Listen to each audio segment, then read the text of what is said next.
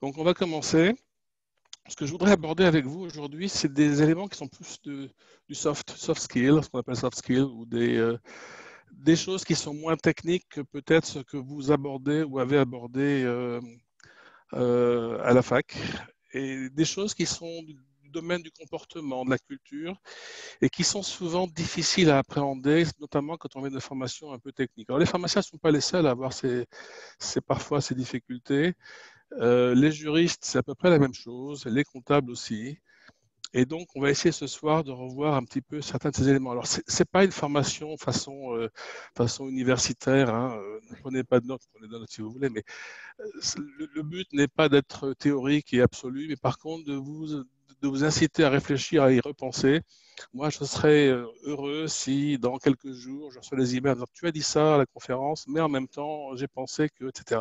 L'idée, c'est vraiment de stimuler votre réflexion. Alors, je vais commencer pour ça, slide 2, avec Monsieur Jérôme, ce que j'appelle le cas Jérôme. Alors, Jérôme est quelqu'un que j'ai rencontré réellement il y a 2 à 3 ans. C'est un vrai monsieur. Alors, ce n'est pas son vrai nom et ce n'est pas sa vraie photo, évidemment, sur cette image-là. Mais Jérôme a été, pour moi, quelque chose d'assez intéressant. Alors, pour le contexte, nous avons chez Novartis à Bâle, en Suisse, sur le campus de Novartis, un programme d'intégration des nouveaux arrivants, qui n'est pas très sophistiqué, mais que je pense assez performant. À travers ce programme d'intégration, il y a des réunions assez basiques où on vous explique un peu l'étape de la loi, la culture, les mots, le vocabulaire, ce qu'il faut faire, ce qu'il ne faut pas faire, etc. Très bien. Mais presque plus important, homme d'affaires anglais, tiens. Je ne sais pas pourquoi ça s'affiche comme ça. Mais presque plus important que ça, à mon sens, on fait rencontrer les nouveaux embauchés, les nouveaux arrivants, on leur fait rencontrer d'autres personnes dans l'entreprise. Alors, des personnes qui sont soit qui ont un métier similaire, mais pas forcément de relations hiérarchiques ou n'ont pas à travailler ensemble. Et à mon avis, beaucoup plus important, des personnes qui ont un point commun plutôt social et on discute. Et alors, le point commun social qui m'a amené à rencontrer beaucoup de pharmaciens, c'est français et pharmaciens. Donc, à peu près tous les pharmaciens français qui arrivent à Bâle, c'est pour ma pomme. Mais c'est sympa parce que vous voyez des gens avec des parcours différents, des ambitions différentes, des expériences différentes et on discute. Alors, dans ce contexte-là, un jour, je reçois un appel téléphonique d'un project leader d'une team de développement qui m'appelle et qui me dit écoute, Pierre-Michel, on a un problème. On a recruté il y a 2 ans un gars qui s'appelle Jérôme, pour l'exercice. Ce Jérôme a été un type absolument brillant. Il est sympa, il est intelligent, c'est un expert du réglementaire, des affaires réglementaires. Et puis, depuis 1 an, 6 mois, 1 an, la situation se dégrade un peu. Alors, il était admiré par tout le monde parlait de lui très positivement, le bouche à oreille était extrêmement valorisant pour lui. Tout le monde voulait déjeuner avec lui. C'était vraiment le gars qui était sympa et qui savait apparemment tout. Ça se dégrade et il a des remarques un peu négatives de son management qui commence à lui dire que c'est pas exactement ça, qu'il fait pas exactement ce qu'il faut. Et les relations humaines, les RH, commencent à lui proposer un 360, une espèce d'analyse habituelle, un peu de test de personnalité, etc. Lui propose un coaching et il refuse les deux, complètement. Je ne veux pas de coaching, je ne veux pas faire 360, je sais de quoi je parle et les RH n'y connaissent rien. Ouais, bon, ça ne se présente pas très bien. C'est dommage parce que quand on parle de quelqu'un qui est un expert, qui est très personnel, j'aime beaucoup. Parce que j'aime beaucoup les gens qui savent de quoi ils parlent. Et ce contexte m'ennuie un petit peu. Alors, ok, très bien, on va préparer ça, on va discuter, j'organise un déjeuner avec lui. On va le rencontrer, après tout, on est français, hein, ça se fait autour d'un déjeuner, forcément. Je commence un peu à essayer de le comprendre. Alors, il m'explique, en fait, qu'il a fait toutes ses études avec l'idée de faire des affaires réglementaires. Bon, pourquoi pas, c'est un peu bizarre qu'en tout début de parcours, il sache déjà ce que c'est, ce qu'il veut, mais peu importe. Et il m'explique qu'il a fait tous les bons M1, M2 certificats et je ne sais quoi encore pour pouvoir rentrer dans cet univers-là. Et effectivement, il rentre chez BMS, dans la filiale française de BMS à Paris, et il rejoint l'équipe des affaires réglementaires. Et alors, c'est peut-être pas exactement ce qu'il voulait au début, parce que c'est plus de la pharmacovigilance et du reporting, etc., mais peu importe. Assez rapidement, au bout de 2 ans, il est promu au sein de la région Europe de BMS aussi. Et là, il commence à s'occuper de ce qu'il veut vraiment, c'est-à-dire remplir les dossiers, préparer les dossiers, les soumissions. Et puis arrive ce qui arrive souvent, au bout d'un certain temps, il est chassé, il rejoint Novartis dans l'équipe globale. où il est supposé participer à la préparation d'un dossier qu'on va soumettre quelques mois après ou un an après son arrivée. Ok, bon, très bien. Alors, j'essaie de lui demander un petit peu comment ça s'est passé. Effectivement, il me confirme que c'était une star quand il est arrivé, qu'il était adoré. Puis là, c'est un peu moins le cas. Les gens commencent à refuser ses invitations à déjeuner. C'est un peu curieux. Ok. Et c'est quoi le problème? J'arrive pas bien à cerner le problème, mais en fait, ce qu'il arrive à me dire, c'est que dans le fond, il a, il n'a pas envie de faire ce que son boss lui demande de faire. Alors, j'essaie de le faire s'exprimer, mais qu'est-ce que c'est que ton boss veut que tu fasses qui t'ennuie tant que ça? Eh bien, il veut que j'écrive les dossiers. Ils sont en train de réviser les textes, hein, les soumissions de dossiers, ils sont en train de les relire, de les préparer, etc. Et il me dit, mon patron veut me faire du marketing. Et moi, je ne veux pas faire de marketing, comprends, les normes sont les normes, les règlements sont les règlements. Je ne veux pas faire de marketing. Ah bon, et pourquoi pas de marketing? Je ne vais pas faire de marketing, sinon j'aurais fait du marketing, je serais chef de produit, je ne serais pas aux affaires réglementaires. Donc, mon but, c'est de soumettre le dossier. Ah ah, soumettre le dossier. Ouais, c'est vraiment stratégiquement ce que tu veux faire, soumettre des dossiers. Oui, oui, oui, oui. Je dis, oui, enfin, ça, c'est la tâche que tu as à accomplir, tu as préparé le dossier pour qu'il puisse être soumis, mais ce n'est pas nécessairement l'objectif stratégique de ta fonction. Ouais, ben, l'objectif, c'est d'obtenir une autorisation. Et là, je le challenge encore un petit peu. Je sens que sa tête commence à baisser un peu dans son assiette. On est en Allemagne, enfin en Suisse, je vous rappelle, donc c'est saucisses et moutarde, donc il baisse un peu la tête dans la moutarde, c'est pas très sympa. Euh, et il m'explique, dans le fond, que ouais, mais non, enfin, l'objectif c'est ultime, c'est quand même la stratégie, c'est l'approbation. Et là, je le challenge, et je lui dis, oui, mais enfin, bon, une approbation pour une approbation, ok, très bien. De façon générale, si le produit est plutôt pas mauvais, les études cliniques sont plutôt bonnes, le dossier pharmaceutique, chimique est solide, le produit sera approuvé. Donc la question, c'est pas tellement l'approbation, c'est peut-être l'indication de l'approbation. Voilà, je le vois vraiment devenir furieux parce qu'il me dit, bah, tu me parles comme mon patron. Bah, oui, mais enfin, une approbation, l'objectif ultime d'une approbation réglementaire, c'est pas une approbation, c'est d'avoir un label. Le fameux USPI aux États-Unis ou SMPC en Europe, d'avoir un label qui va dire quels patients pourront utiliser le produit, dans quelles conditions, est-ce que c'est une first line, second line, third line, un add-on. Et du coup, ça va impliquer un certain nombre de choses sur le prix. Donc, le market access. Si vous avez une indication extrêmement limitative dans le label, vous aurez un prix probablement plus élevé. Si vous avez une indication très large, vous aurez un prix plus bas. C'est plus vrai aux États-Unis qu'en Europe, mais ça reste vrai en Europe aussi. Ah oui, mais ça, c'est vraiment du marketing, c'est de la stratégie de réflexion marketing, ça ne m'intéresse pas. Et on tourne un petit peu en rond comme ça pendant un certain temps, et bon, c'est pas une conversation très agréable. Et alors, j'essaie de trouver une porte de sortie, et finalement, je lui dis, mais bon, est-ce que tu as pensé à autre chose alors dans l'affaire réglementaire? Enfin, je ne sais pas, quand on développe des études cliniques phase 3B, 4, des choses qui viennent après, qui servent à profiler un peu le patient, ça va être utile quand même d'avoir l'input d'un pharmacien qui connaît le sujet. Et sa réponse est, il m'écoute jamais. Oh là, le cas devient compliqué. Le leadership est difficile, est têtu sur l'expertise qu'il a, ne voulant pas écouter les conseils des autres, etc., etc., etc. Bon, voilà le cas Jérôme. Et il y a beaucoup, beaucoup de choses. Alors, c'est un vrai bonhomme, hein, c'est pas une histoire inventée, c'est un vrai bonhomme. J'ai un peu forcé le trait sur un ou deux aspects, mais c'est un vrai bonhomme et qui nous a posé quand même pas mal de difficultés. Quelques mois après ce déjeuner, je regardais sur la messagerie Outlook pour voir s'il était toujours là. Il n'était plus là. Il était parti. Je ne sais pas dans quelles conditions. Et j'ai fini par comprendre qu'il avait été poussé dehors.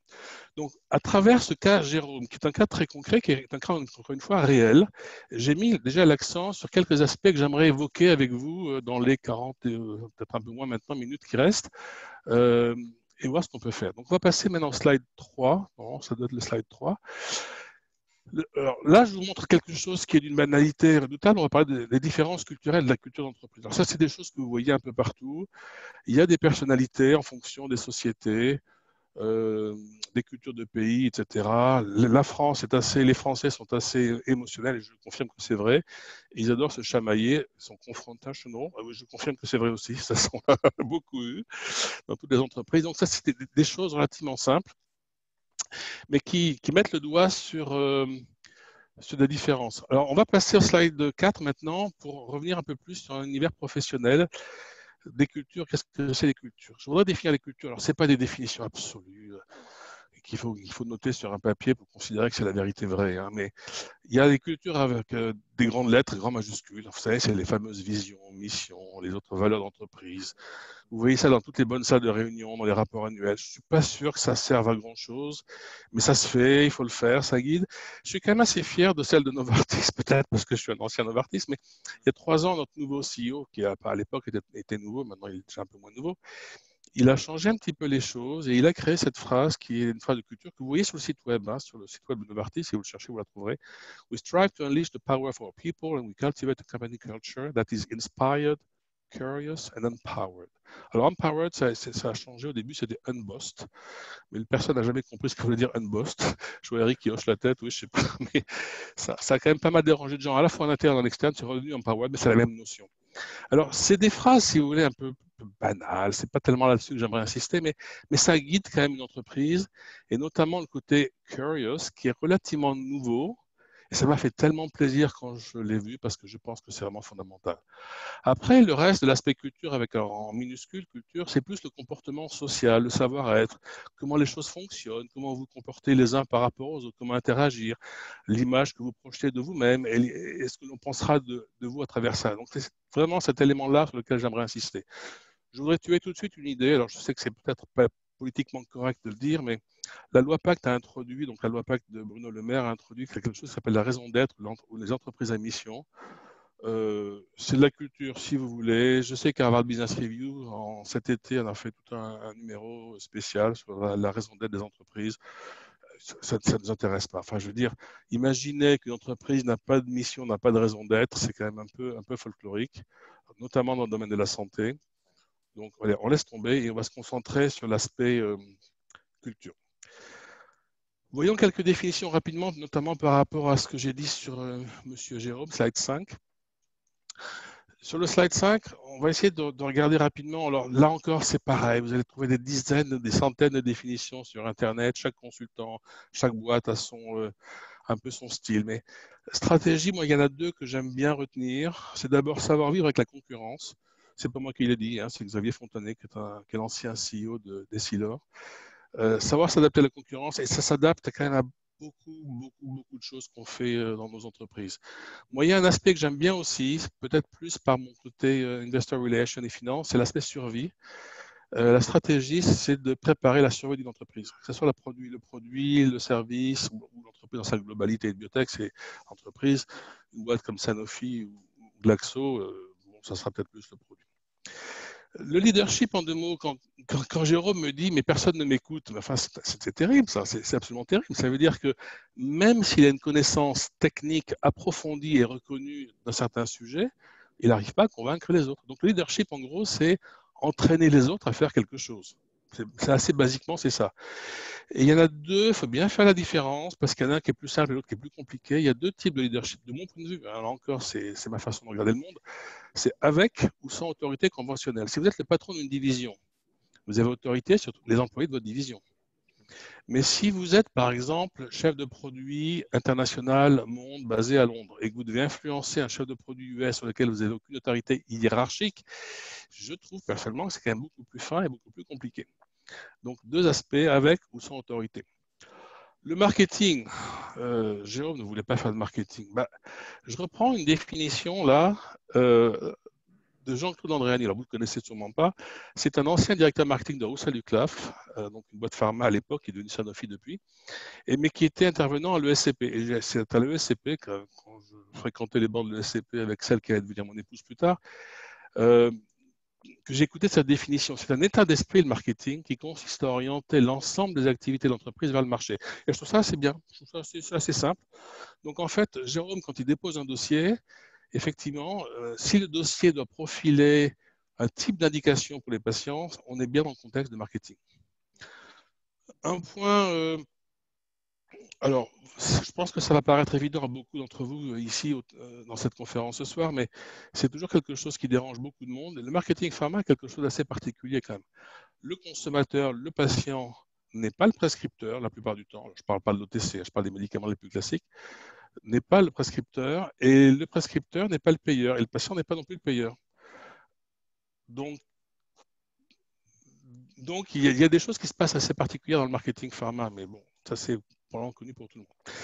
Alors, allons faire un petit peu un zoom sur le savoir-être. On va directement sauter au slide 7, voilà. Donc, les Français aiment bien jouer sur les mots. Donc, vous avez des savoirs, savoir-faire, savoir-être, faire savoir, savoir communiquer, savoir ci, savoir ça, etc. Bon, je vais en retenir 3 pour essayer de cadrer un petit peu les choses. Le savoir tout court, le savoir-faire et le savoir-être. Le savoir, c'est la connaissance, c'est un acquis scolaire, universitaire, etc. Le savoir-faire, c'est la capacité à faire quelque chose. Non seulement vous savez ce que vous faites, mais vous êtes capable de le faire. Le savoir-être, c'est un mode d'interaction avec les autres. Alors, je prends 3 exemples là.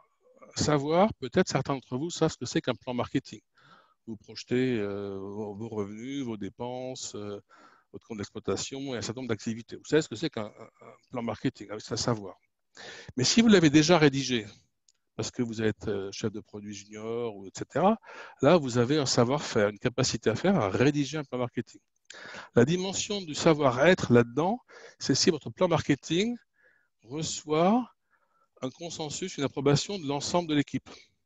Donc, non seulement vous savez rédiger un plan marketing, mais en plus, vous avez obtenu le consensus, il est consensuel. Donc, pour repérer ces 3 savoirs, en général, c'est comme ça, vous pouvez dire je sais, je connais quelque chose, et c'est un attribut, c'est le nom.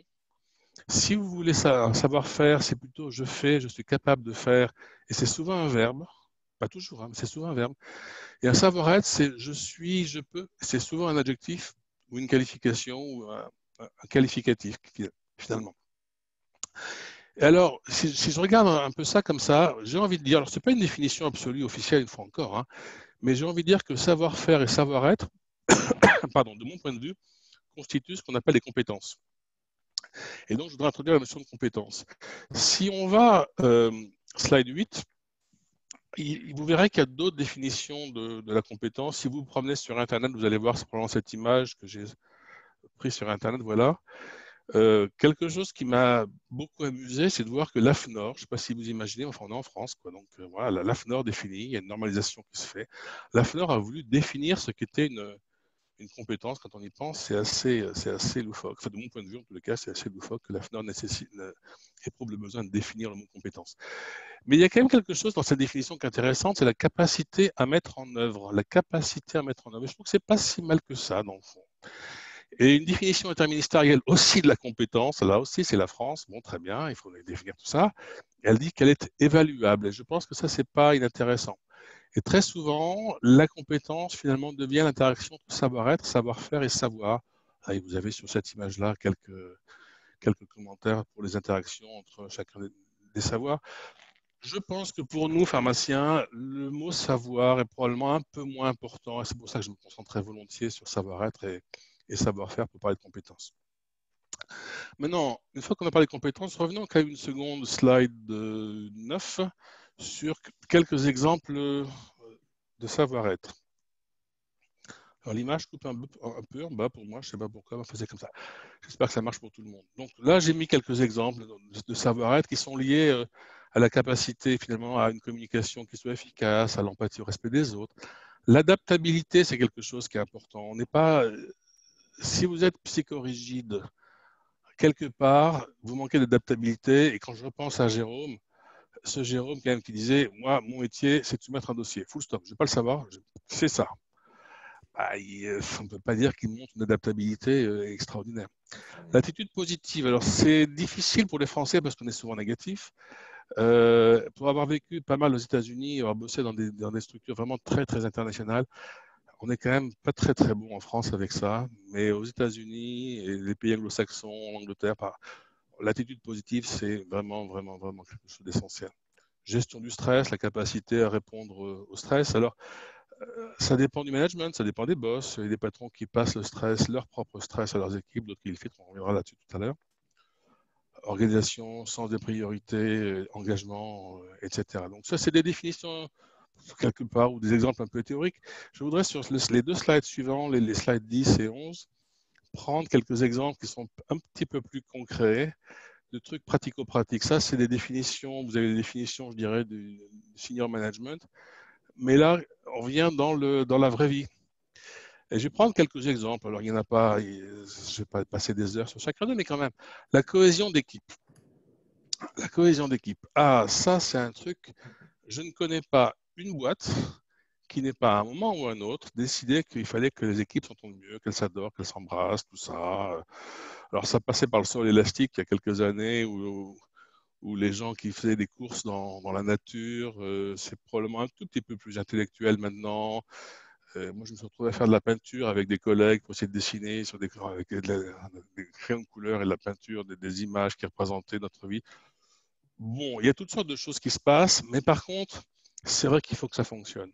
Et plus l'organisation devient apprenante, plus l'organisation devient large et on délègue à un niveau plutôt inférieur, c'est-à-dire moins l'organisation est hiérarchique, plus la cohésion d'équipe est importante.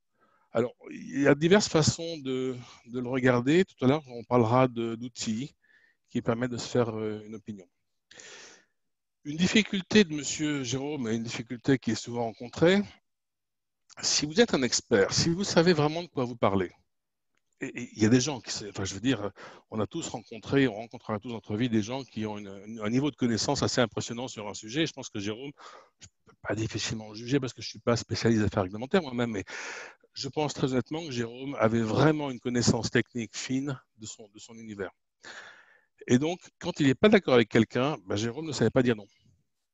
Jérôme faisait de son opinion un combat de personne. Et ça, c'est une grosse erreur. Il ne faut jamais faire d'une opinion différente un combat personnel, ce qui est une tendance relativement naturelle, mais essayer de se concentrer sur les faits. Essayer de se concentrer sur les éléments tangibles que tout le monde peut accepter, que tout le monde acceptera, plutôt que de dire c'est pas comme ça.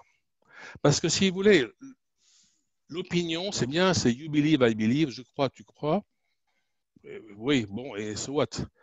Par contre, si vous avez des faits codés en dur, vous savez que vous pouvez soumettre un dossier dans telles conditions, vous savez que votre prix ne pourra pas être inférieur ou supérieur à ça parce que tel et tel élément, je crois qu'il faut avoir des discussions sur les faits et les faits vous aideront à faire accepter ou pas votre opinion au management ou aux équipes qui vous entourent. Ça, c'est quelque chose qui m'a énormément frappé dans beaucoup de réunions et même à des niveaux très seniors. On déplace la décision du fait lui-même vers une opinion et en général, ça ne fonctionne pas très très bien.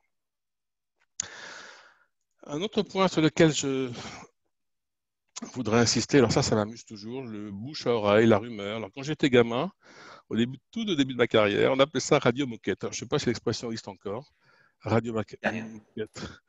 Mais le bouche à oreille, le bouche à oreille, c'est quelque chose qui est assez terrible en fait quand vous y pensez un peu en termes de comportement, parce que vous allez avoir des gens qui vont parler de vous, mais vous ne le saurez pas. Alors, ça peut être positif. Moi, j'ai recruté un jour quelqu'un parce que j'entendais dire beaucoup de bien de lui en interne. Et j'ai dit, ce gars, si tout le monde en parle à ce point-là, ça va peut-être le coup que je le rencontre. Il collait bien avec le job, on l'a recruté, ça a fonctionné super bien. Mais ça peut être aussi assez négatif. Donc, le conseil que je peux donner dans ces cas-là, c'est méfiez-vous de la rumeur et du bouche-oreille et soyez notamment vigilants par rapport aux spécialistes de la rumeur. Alors, vous savez, les spécialistes, vous les repérez comment? C'est simple en fait. Hein. Vous arrivez dans une salle de réunion, vous êtes un petit peu en avance, avant un meeting, puis il y a un gars qui s'assoit à côté de vous qui dit tu sais ce que j'ai entendu ce matin? Quand quelqu'un commence une phrase comme ça, posez-vous de vraies questions. Parce que là, vous allez avoir quelqu'un qui, alors, soit il invente totalement l'histoire parce que ça l'intéresse de raconter une histoire, soit il l'a vraiment entendu.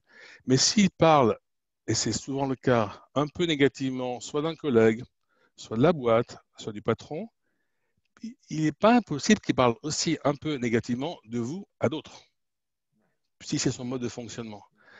Donc soyez vigilants là-dessus, faites vraiment attention. C'est parfois tentant, vous avez l'impression que le gars il veut copiner avec vous, vous voulez copiner avec lui, tout le monde s'aime bien, on se tape sur l'épaule, etc. Et c'est quand même vachement dangereux parce que vous ne la contrôlez pas la rumeur. Le bouche à oreille, vous ne le contrôlez pas. Et encore une fois, il peut être positif ou il peut être négatif. Le réseautage interne. Alors ça ne fonctionne pas. Dans une vie antérieure, quand j'étais chez Sanofi, alors je vous parle de Sanofi il y a 14 ans, 13 ans ou 14 ans, donc je ne doute pas une seconde que ça a beaucoup, beaucoup, beaucoup changé. Mais j'en sais rien. Mais je vous parle de Sanofi il y a 14 ans. Sanofi il y a 14 ans, le réseautage interne, c'était quasiment une aberration. C'était une contre-indication absolue.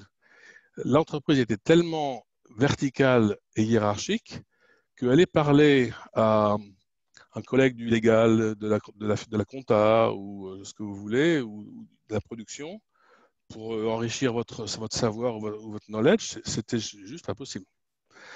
Alors, chez Novartis, c'est absolument l'inverse. Quand je vous ai dit tout à l'heure en début de présentation, le mot empowerment, qui est maintenant dans la culture officielle, avant c'était unboss, ça encourage complètement le réseautage interne. Donc l'élément de la culture de Novartis, c'est prenons les décisions au niveau le plus bas possible où ça fait encore du sens, avant de remonter plus haut. Donc pour prendre une décision comme ça, il faut avoir l'occasion, l'opportunité de papoter à droite à gauche avec des gens qui savent de quoi ils parlent. Et on revient à cette notion d'expérience, mais en même temps de réseautage. Alors c'est une opportunité énorme. Juste faites attention. Les gens qui réseautent uniquement pour préparer leur prochain job et leur career move, ça se voit un peu. Et quand ça se voit un peu trop, ça finit par agacer. Ça finit par agacer les collègues, ça finit par agacer le patron, ça finit par agacer les RH. Donc il y a un risque associé à ça. Hein. On a tous rencontré, vous rencontrerez des gens, alors on les appelle en français les lèche-culs, on peut les appeler en anglais brown-nosers. Comme vous voulez, mais ce sont des gens dont le réseautage devient, à mon avis, un peu pathologique. Une grande méfiance à ça. Par contre, tout ce qui peut encourager l'adaptation de la personne à la culture d'entreprise, donc le réseautage chez Novartis est extrêmement important. On a des réseaux sociaux internes, qui ne sont pas externes, dans lesquels on doit partager l'expérience. Je pense que ça se fait plus ou moins partout maintenant, mais c'est très fort et depuis très longtemps. Donc le réseautage est quelque chose qui est important. Il ne faut pas le rejeter. C'est ça que je veux dire.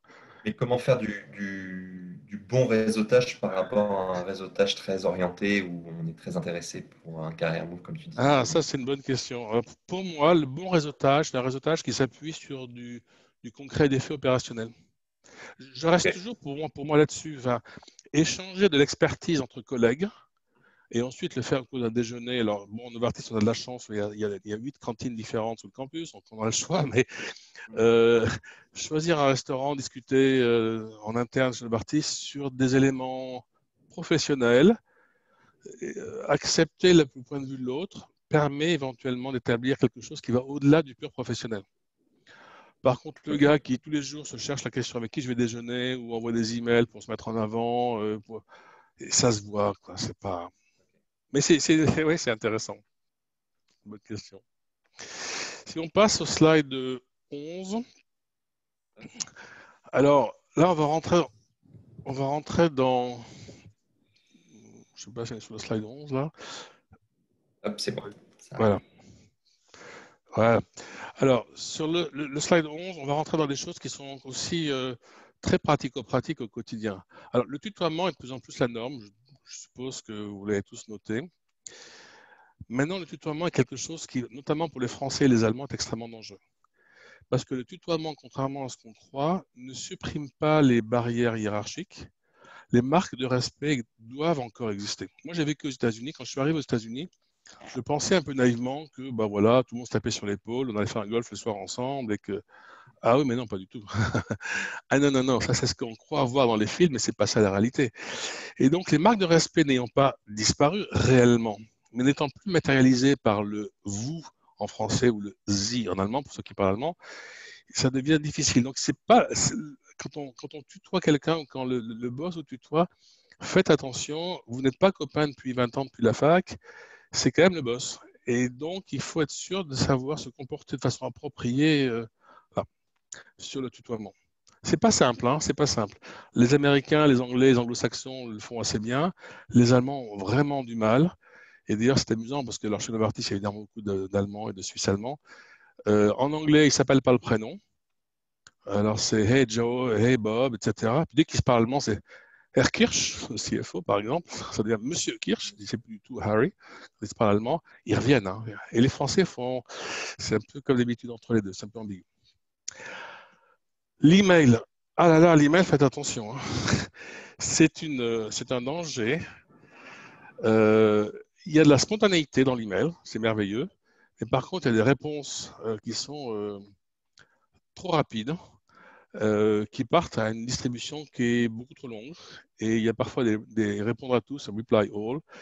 Je crois que j'ai oublié de dire tout à l'heure à propos de Jérôme, mais un des trucs que Jérôme avait une sale manie de faire, c'est qu'il ne disait pas un mot dans une réunion, ce qui est une contradiction avec Novartis, la culture de Novartis. Et puis une fois que la réunion était finie, qu'une décision était prise, il a envoyé un email à 250 personnes pour dire qu'il n'était pas d'accord. C'est juste pas possible. Vous ne pouvez pas faire ça. L'autre jeu dans les emails, c'est d'éviter de se faire remarquer pour le principe de se faire remarquer. Parce qu'il y a quand même des gens qui envoient un message à 5 personnes qui ont besoin de savoir et qui en mettent 25 autres en copie, voire en copie cachée, les fameux BCC. Méfiez-vous des copies cachées, parce que si la personne qui est en copie cachée BCC se met à faire un reply all pour une raison X, Y, Z, donc, tout le monde verra qu'il a été copié en copie cachée et ça va créer des problèmes. Ne mettez personne en copie cachée. C'est vraiment un truc de fou pour se planter, s'attirer des ennuis. Si vous voulez vraiment que quelqu'un ait une information après qu'elle a été distribuée, forwardez l'email, mais ne le mettez pas en copie cachée. Mais du coup, pour bondir, comment Jérôme, lui, tu disais tout à l'heure qu'il savait pas dire non. Comment dire, à un moment, comment on peut montrer son désaccord dans une réunion ou avec différentes personnes voilà, qui ont un avis totalement différent, sans pour autant déjà se les mettre à dos ou se braquer pendant la réunion et faire un mail à 250 personnes juste Oui, après. ça c'est mortel ça. Moi je crois que le plus simple, enfin le plus simple, c'est pas simple en fait, mais c'est d'abord avoir cette habitude d'écouter l'autre et l'opinion de l'autre sur la base de faits. Donc ça veut dire que l'échange doit se faire sur la base de faits concrets, tangibles. Alors que ça peut être les éléments de la loi, du juridique, ça peut être de l'expérience pratique, ça peut être ce qu'a fait notre franchise, enfin, mais sur des éléments qui sont factuels, tangibles et que tout le monde peut accepter. Et ensuite, avoir l'ouverture d'esprit, ce que j'appelle la curiosité intellectuelle, c'est une expression qui est très importante pour moi, la curiosité intellectuelle, d'essayer de comprendre pourquoi l'autre a une opinion qui peut être différente. L'objectif stratégique peut être un peu différent. Si je reprends l'exemple de Jérôme qui dit qu'il ne veut pas faire du marketing, qui ne veut pas discuter une indication, un label, parce que c'est du marketing, enfin, ça peut être intéressant quand même pour lui de savoir que si vous avez un label qui est très restrictif, vous aurez un prix plus élevé, ou si vous avez un label très large, un prix plus important, par exemple. Ça n'a jamais intéressé, cette notion de market access. Je ne sais dire pas pourquoi ça ne l'intéressait pas, parce que après 6 ans, à peu près 5 ans, 6 ans dans les affaires réglementaires, enfin, il a dû en entendre parler de ça dans ses réunions. Et je suppose même qu'à la fac, il a dû évoquer ça dans, j'en sais rien, mais je suppose que ça a dû être évoqué quand même à un moment ou autre dans ton cursus. Donc pour moi, ça reste vraiment, c'est les faits et ne pas remplacer, je le disais tout à l'heure, ne pas remplacer les faits par de l'opinion. Les faits parlent d'eux-mêmes. Si on remplace les faits par l'opinion, et moi je le vois dans mon métier d'investor relation, par exemple, quand je trouve un analyste ou un investisseur en face de moi qui dit je ne crois pas au potentiel de votre produit, qu'est-ce que je peux faire à ça? I believe, you believe, c'est une opinion. Alors je me retourne vers lui, je dis mais ok, combien de patients tu as pris en compte? Quelle est l'incidence? Quelle est la prévalence? Quel est le prix? Quel est le drop-out? Et là on commence à discuter du modèle Excel que le gars a développé. Et quand On on pose fait des ça, questions. finalement, on arrive à se remettre relativement rapidement sur une notion où on s'accepte finalement. Parce que dire à quelqu'un non, t'es qu'un con, ça marche pas bien. Par contre, ouais, je comprends ce que tu me dis, mais en même temps, si je regarde bien le nombre de patients chaque année dans cette indication, il est beaucoup plus faible que ce qu'on a imaginé pendant des années. Ah, plus important, là, ça met la conversation sur un niveau de professionnalisme qui est Ouais, nettement supérieur à l'échange qui pourrait être sur le objectivité. savoir. Ouais. Alors, toujours sur ce slide, si on continue, je regarde l'heure un petit peu 50. Euh, partager une information importante. Alors ça, c'est un des gros gimmicks de beaucoup de gens. Suivant les entreprises, le premier à avoir une information, c'est vraiment le roi de la piste. Dans certaines entreprises, non, mais j'ai connu ça alors la boîte s'appelait Aventis à l'époque aux États-Unis. On recevait des informations venant d'IMS, des études, etc. était 3-4 dans l'équipe à recevoir ça, y compris quelqu'un qui normalement n'aurait pas dû le recevoir, mais enfin, peu importe. Et il se précipitait pour l'envoyer à la Terre entière, en oubliant de préciser, entre parenthèses, que ça venait d'IMS, enfin, QVIA maintenant. Donc, le partage d'une information, on sait en gros que le savoir, c'est le pouvoir, donc, mais il faut l'utiliser avec parcimonie. Si c'est dans le cadre de votre responsabilité, de votre métier, parce que vous apprenez un changement de règles comptables, un changement de normes, un changement de procédure, que le contrôle qualité doit prendre en compte quelque chose qui n'était pas pris en compte avant et vous le faire savoir parce que c'est votre métier, c'est parfaitement légitime. Mais là encore, c'est à prendre avec un petit peu de précaution. Okay. Le point suivant, la salle de réunion. Alors là, suivant les entreprises, il y a des jeux de rôle qui sont étonnants. La salle de réunion, c'est un endroit clos, la plupart du temps. Vous êtes assis, pas toujours, de moins en moins, mais enfin, vous êtes assis, vous arrivez, et en gros, vous mettez un peu où vous voulez. Et si vous êtes un des premiers à arriver, bah, vous mettez où vous pensez que c'est approprié de vous mettre. Alors, il y a des gens qui préfèrent être le dos à la lumière pour mieux voir les autres, des gens qui préfèrent être vus, donc ils sont face à la lumière, s'il y a des fenêtres. Enfin, il y a des tas de jeux comme ça. Mais il y a des situations, pas forcément fréquentes, mais malgré tout de temps en temps, où le patron de l'unité qui organise la réunion, qui sera là, a l'habitude de s'asseoir en bout de table, face à l'écran par exemple, ou au contraire au milieu de la table. Et je peux vous garantir que si vous asseyez là où il a envie, lui, de s'asseoir, vous allez vous prendre un regard dans la figure qui ne va pas être très agréable. Et les collègues qui sont là aussi peuvent éventuellement vous regarder avec un. Donc vous allez faire une bévue pour rien là. Alors, vous ne le savez pas forcément. Donc moi, le conseil que je donne en particulier aux stagiaires, quand on reçoit des stagiaires, c'est de dire, vous restez debout, vous attendez, vous arrivez, vous êtes un peu plus tôt que tout le monde, vous êtes arrivé le premier, bah, très bien, restez debout, papotez avec le deuxième qui arrive ou le troisième, de préférence en évitant les rumeurs et les bouches-oreilles, mais papotez avec les autres, et puis attendez que le patron s'installe. Faites-le de façon relativement discrète, ou sinon mettez-vous à un coin sur les bords, etc., par exemple, voyez. Mais ça, c'est un des jeux classiques dans les réunions. Et dans les boîtes qui sont très hiérarchiques, où vraiment le patron, c'est le patron, etc., c'est fondamental. Ne pas respecter ça, vous vous mettez à dos assez rapidement pas mal de gens, en fait. Et puis les gens ont peur de vous, parce que vous avez fait une bêtise, ils le savent. Et donc, comme ils le savent, ils ne veulent pas se frotter à vous, parce que bah, vous êtes une source de nuisance. C'est vraiment des jeux, ça, c'est des comportements. La porte de bureau. Alors, je pense que ça va pas concerner beaucoup d'entre vous parce qu'il y a de moins en moins de bureaux dans les entreprises. Il y a de plus en plus d'open space et de ce que les Américains appellent les cubicles. Euh, et puis, quand il y a encore des bureaux pour des gens qui montent un petit peu en grade, etc., souvent, c'est des cloisons en verre, des portes en verre, etc. Donc, c'est un tout petit peu plus facile. Mais dans un univers plus classique, plus historique, la porte de bureau, si elle est fermée, vous frappez à la porte pour rentrer, vous ne frappez pas. Moi, j'ai vécu dans la toute première boîte. C'était une filiale de Dow Chemicals, la filiale pharma en France, enfin mondiale, mais en France de Dow Chemicals, une boîte chimique, qui avait ce qu'ils appelaient une open door policy. Et donc, il fallait que la porte soit ouverte. Et si vous fermez la porte, bon, ben, ça veut dire que vous ne vouliez pas être dérangé. C'est un peu le mode de fonctionnement chez Novartis. Je suis dans mon bureau, c'était vraiment un bureau, et dans un des vieux bâtiments. On a encore des cloisons en dur et des portes en bois, etc. Nos portes sont ouvertes. Par contre, quand la porte est fermée, ça veut dire ne me dérangez pas, je suis au téléphone, je suis en entretien, en interview, etc. Donc, on avait un stagiaire l'an dernier qui ne pouvait pas s'empêcher, quand la porte était fermée, c'était à se demander s'il était attiré par le principe de la porte fermée. La porte était fermée, il frappait à la porte, il n'attendait pas que je réponde, il ouvrait la porte. Et plusieurs fois, je lui dis non, tu ne fais pas ça. Si la porte est fermée, sachant qu'elle est toujours ouverte, et la porte est fermée, c'est que je suis au téléphone, c'est que je ne veux pas déranger. Alors, très peu d'entre vous auront ça parce que maintenant il y a beaucoup de cloisons vitrées, il y a beaucoup d'open space, mais gardez-le éventuellement en tête. Là encore, c'est pas la peine d'aller agacer quelqu'un parce que vous frappez à la porte s'il ne faut pas déranger. Alors, avant de passer au slide d'après, là, donc j'ai pas mal parlé sur des petites choses pratico-pratiques. Est-ce qu'il y a des questions qui viennent aux uns ou aux autres ou je continue? Ok, bah alors je vais continuer. Moi, je peux les voir, mais je pense que je vais casser l'écran. Je t'ai pas entendu, Eric. Peut-être William peut en. Non, là, pour l'instant, tu peux continuer, D'accord. Pierre-Michel. Moi, peut-être une petite. Oui.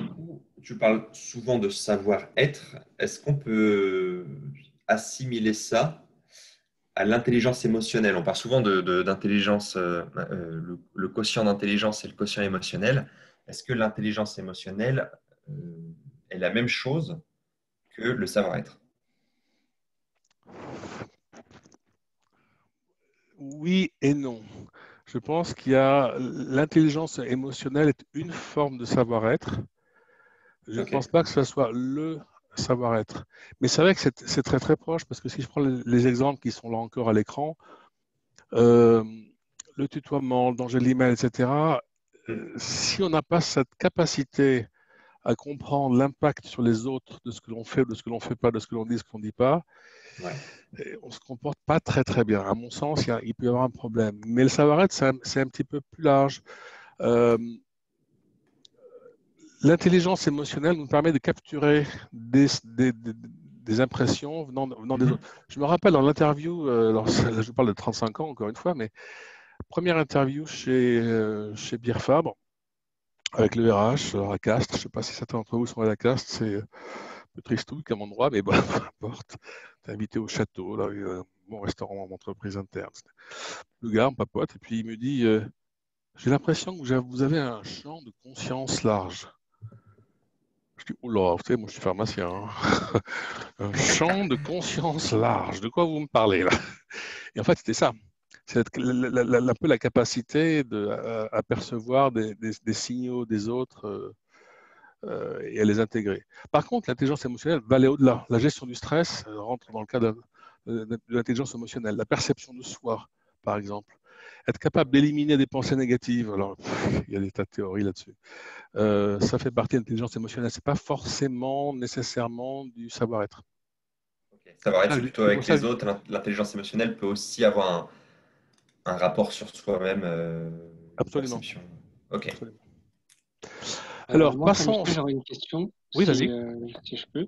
Oui. J'aimerais savoir si tu aurais des conseils pour les personnes qui sont timides, c'est-à-dire ceux qui n'osent pas, par exemple, en réunion, prendre la parole, qui n'osent pas tutoyer, qui n'osent pas frapper à la porte, qui se disent que bon, la porte est fermée, je reviendrai plus tard. Est-ce que c'est une qualité, un défaut, ou est-ce que c'est quelque chose à travailler et qui s'améliore au fil du temps? Alors, je vais peut-être vous surprendre, mais j'ai toujours été perçu comme étant quelqu'un de très timide. Mais par contre, oui, je vois que ça peut faire sourire, mais non, c'est vrai, je suis pas forcément toujours très, très. Alors bon, non, j'ai 62 ans, hein, donc les choses se mettent en place un petit peu, mais de façon générale, la timidité, le manque de confiance en soi, c'est un problème. Ça entraîne des comportements déviants. Je pense honnêtement, je n'en sais rien, je ne suis pas psychologue de formation, mais je pense honnêtement que Jérôme était un grand timide. Quelqu'un qui n'était absolument pas sûr de lui.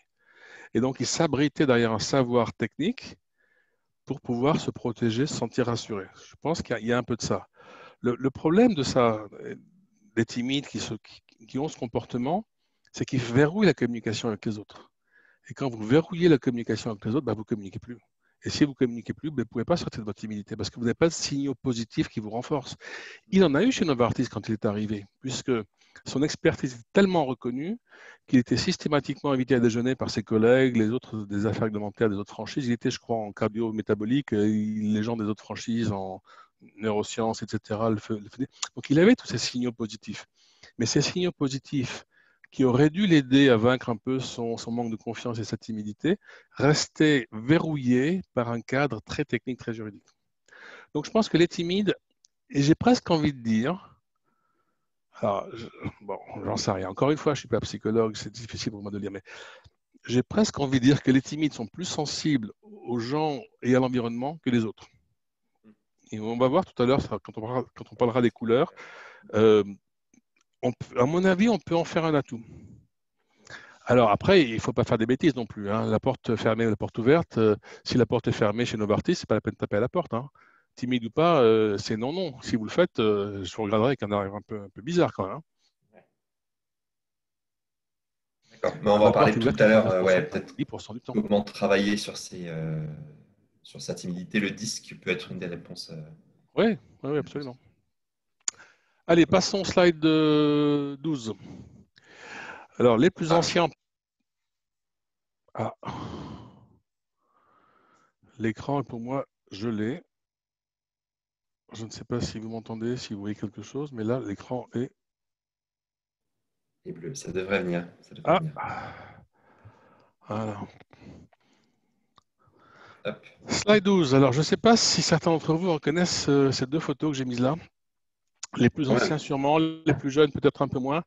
C'est une émission qui passait sur M6 il y a quelques années, qui a été reprise et reprise et reprise sur plein de chaînes, plein de fois, qui s'appelle Caméra Café. Alors, assez bizarrement, ça se passe à la machine à café. Le scénario de cette émission-là, c'est des petits films très courts, hein, de quelques minutes.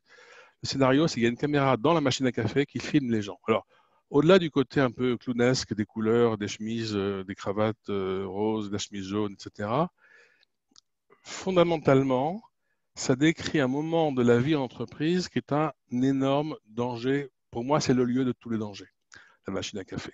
Parce qu'à la machine à café, il y a une décontraction réelle qui est apparente. Alors là, sur ces images-là, par exemple, il n'y a pas de chaises devant les petites tables. Chez Novartis, il y a des petites chaises. Des petites chaises hautes. Donc, hop, on s'assoit. C'est des chaises de bar, vous savez, des trucs un peu hauts. Comme ça, on s'assoit dans son café, on papote et on y va. Et ça continue. Ça peut durer un quart d'heure, 20 minutes, une demi-heure.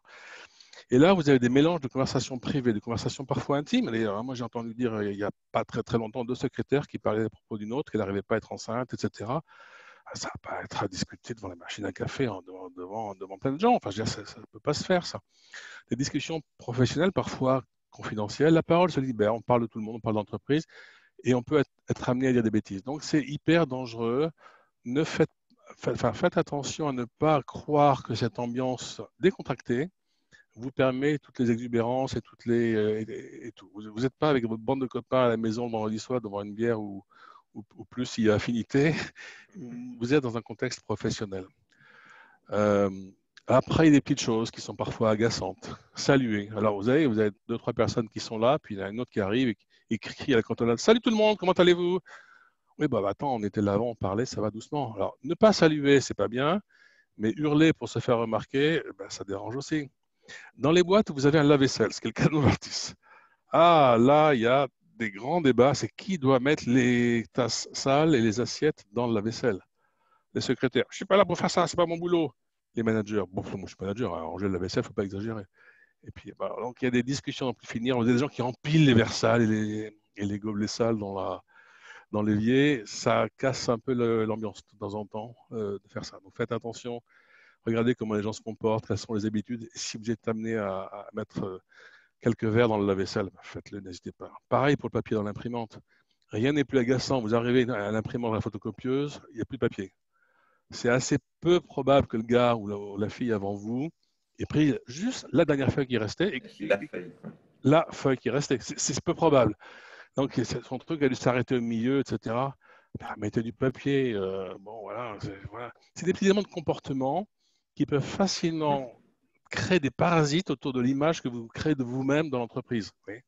Changez la bouteille d'eau. Alors, on le voit sur ces photos-là. Vous avez tout à fait au fond de l'image, là-bas, ces fameuses bouteilles de, je ne sais pas combien, 10 litres de flotte qu'on voit dans les entreprises parfois. Ouais. Combien de fois, voilà exactement, combien de fois vous arrivez, le truc est vide et il n'a pas été remplacé. Bon, bah, si vous avez fini la dernière goutte, changez la bouteille. Voilà, c'est pour tout le monde. Vous voyez, toutes ces petites choses-là, ce pas des choses qui sont stratégiques. On n'est pas dans la grande culture avec des lettres majuscules d'entreprise. On est dans le petit comportement qui va façonner une image positive ou négative de ce que vous êtes. Donc, soyez sensibles.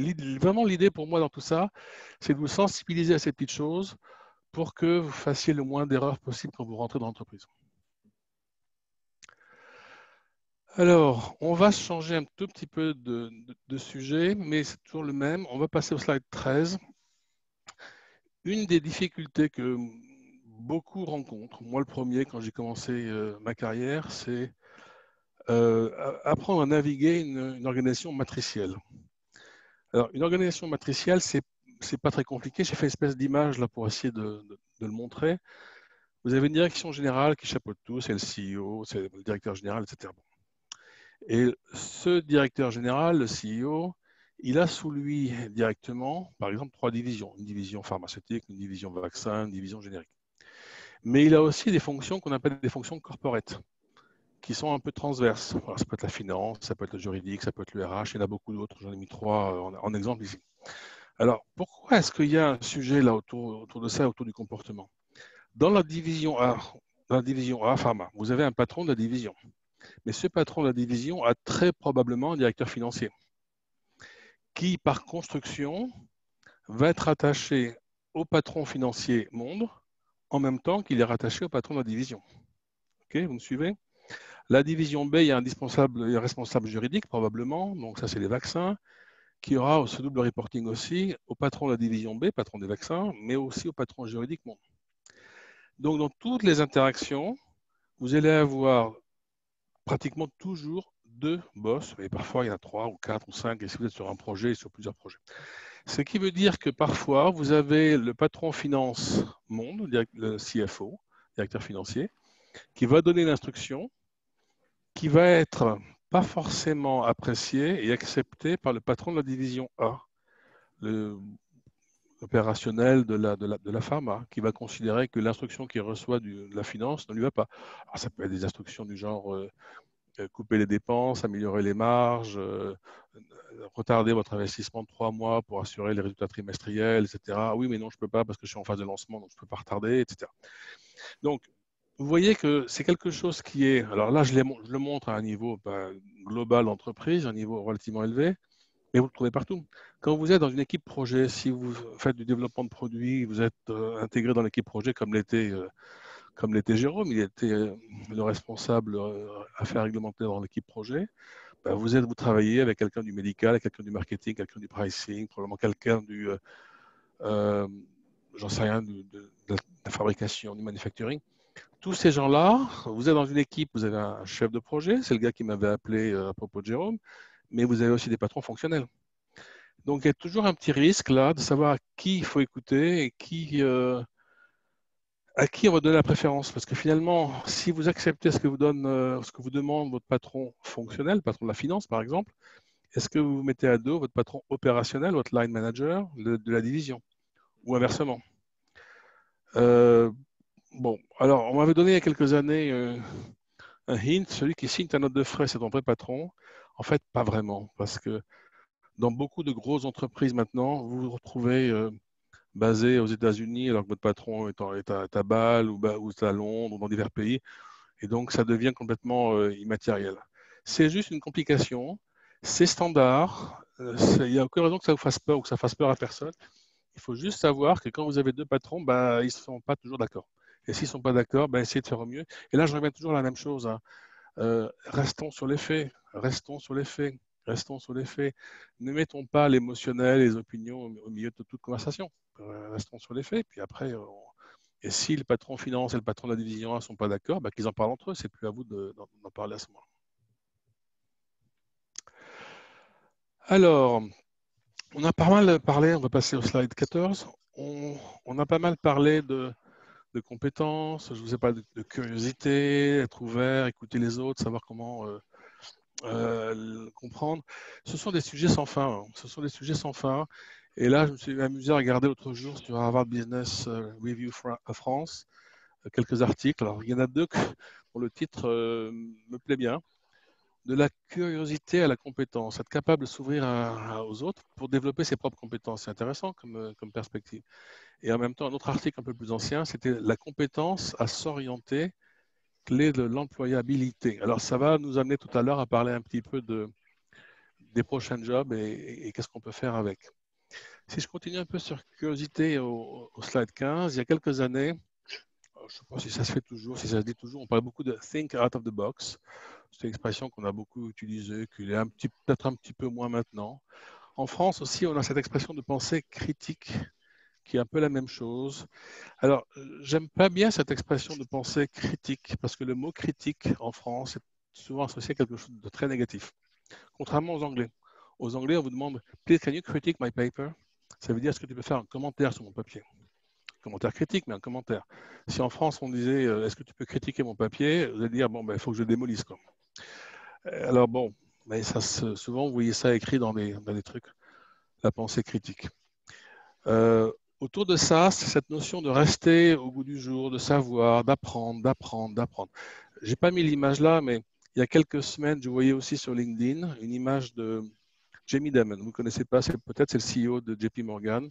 en fait, qui faisait une promotion, une publicité pour le LinkedIn Learning. Et le gars disait, moi, je lis 3 à 5 journaux tous les matins. Je passe ma journée à lire les messages des autres. Je veux comprendre, je veux savoir.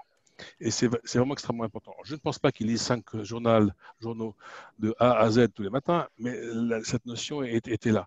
Et ne serait-ce que vendredi dernier, je regardais encore 2 choses sur LinkedIn. Alors, The Art of Scientific Curiosity. Alors, bon, c'est Suzanne Schaffert qui a été une de mes patronnes il y a quelques années chez Novartis. Donc, c'est la culture Novartis et je ne suis pas surpris. Mais juste en dessous, un autre message sur LinkedIn. Alors, je ne sais pas qui est Rukia O, Senior Consultant, mais elle a écouté une conférence d'HEC, un HEC Stand-up, et elle relève quand même être curieux et aller voir derrière le mur, comme étant une valeur clé entreprise. Oui, oui, oui, la curiosité intellectuelle est ce qui vous amènera à progresser dans l'entreprise.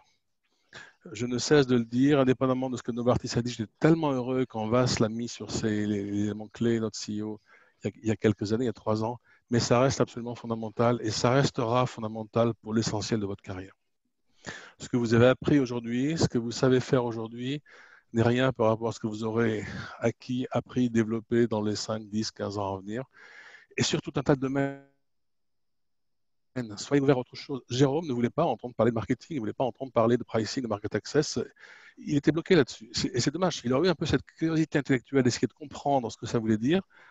Je pense que ça l'aurait aidé. Il serait peut-être encore avec nous aujourd'hui chez Novartis. Et enfin, toujours sur cette notion de leadership et de curiosité, slide 16, je suis retombé un peu par hasard aussi sur un papier de Deloitte, un consultant, et qui avait titré son papier Les 6 éléments clés du leadership inclusif. Alors pourquoi inclusif, je ne sais pas trop. Comme le papier est un tout petit peu ancien, il date de 2016, je ne pense pas que ça fasse allusion au côté inclusif, ES, machin, qu'on voit parfois. Je ne pense pas, mais j'en sais rien. Et il mettait quand même quelques éléments importants, à mon avis. Hein. Cognizance. Alors, cognizance, c'est un mot un peu intellectuel, un peu compliqué. C'est un mélange en français, je dirais, de connaissance, compétence et conscience. Awareness, on dirait en anglais. Être capable de savoir ce qu'on sait et ce qu'on ne sait pas. C'est pas anodin de savoir ce qu'on sait et de savoir ce qu'on ne sait pas. Être capable de se dire, ça, je ne sais pas, je ne peux pas me prononcer, là, je n'ai pas un savoir suffisant. Et tout à l'heure, je vous ai dit, moi, je ne suis pas psychologue, j'ai une opinion, mais dans le fond, est-ce que vraiment je peux en parler de façon assertive? Je ne sais pas. La curiosité, forcément, ça me revient, pour moi, c'est extrêmement important. Et la cultural intelligence, alors, traduit en français, ça ne veut pas dire grand-chose, mais en gros, ça veut dire quoi? Ça veut dire être capable de savoir s'adapter à l'environnement culturel de la boîte où vous êtes. Et c'est finalement ce qu'on a fait, ce qu'on a décrit là, depuis une demi-heure, 3/4 d'heure.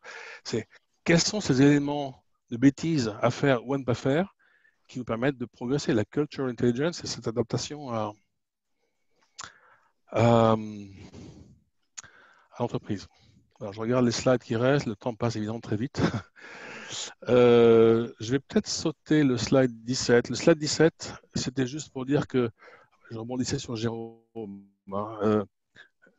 Dans une entreprise, il n'y a pas une personne seule qui fait quelque chose pour lui tout seul. Ça s'articule de A à Z. Il y a un continuum des fonctions. Je ne sais pas si c'est toujours perçu par les étudiants quand ils sont à la fac, mais c'est quelque chose qu'il faudrait vraiment, vraiment, vraiment développer parce que ça manque. Mon expérience me montre que les étudiants sont pas tellement au courant en fait. Ils ne le voient pas. Et Jérôme ne voyait pas bien l'articulation market access et son lab. Slide 18. Alors ça, c'est un slide 18. C'est une photo que j'ai reprise sur LinkedIn il y a quelques jours. Ça m'a un peu perturbé. Je ne vous le cache pas. Alors, le slide, peut-être l'image n'est pas bonne, mais l'image n'était pas bonne sur LinkedIn. Alors, j'ai essayé de reprendre le texte et il y a écrit quelque part au milieu du slide, si le stage se déroule mal. Ça concerne apparemment une conférence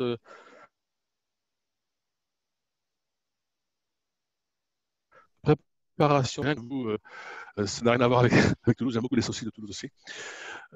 Bon, c'est comme ça, c'est un fait. Alors, j'ai coupé la tête du bonhomme, je ne sais pas qui c'était, mais quand même, il a écrit des choses assez perturbantes de mon point de vue. Il a écrit si vous n'avez je crois que c'est aucune mission, je pense que c'est ça qu'il a écrit, aucune mission confiée. Ouais, aucune mission confiée. Oui, je pense que c'est ça. Faire preuve de bonne volonté. Ouais. Enfin, c'est quand même du bon sens, ça, non? J'étais un peu surpris. Mais je trouve que ça se complique après dans le deuxième paragraphe. Il met si vous avez un souci avec l'équipe. Ok, là j'ai pensé évidemment à mon petit Jérôme. Restez humble. Vous êtes stagiaire. Bah, ouais. Ensuite, il faut être capable d'accepter que votre travail soit contrôlé. Alors, mon problème avec, ça, avec ce truc-là, c'est que, je ne sais pas qui l'a écrit. Donc, c'est un monsieur, là, j'ai coupé sa tête en bas de l'image, mais je ne sais pas si c'est un responsable des stages à Toulouse, ou si c'est un responsable de l'option industrie, ou si c'est un industriel qui recrute des stagiaires et c'est du vécu personnel.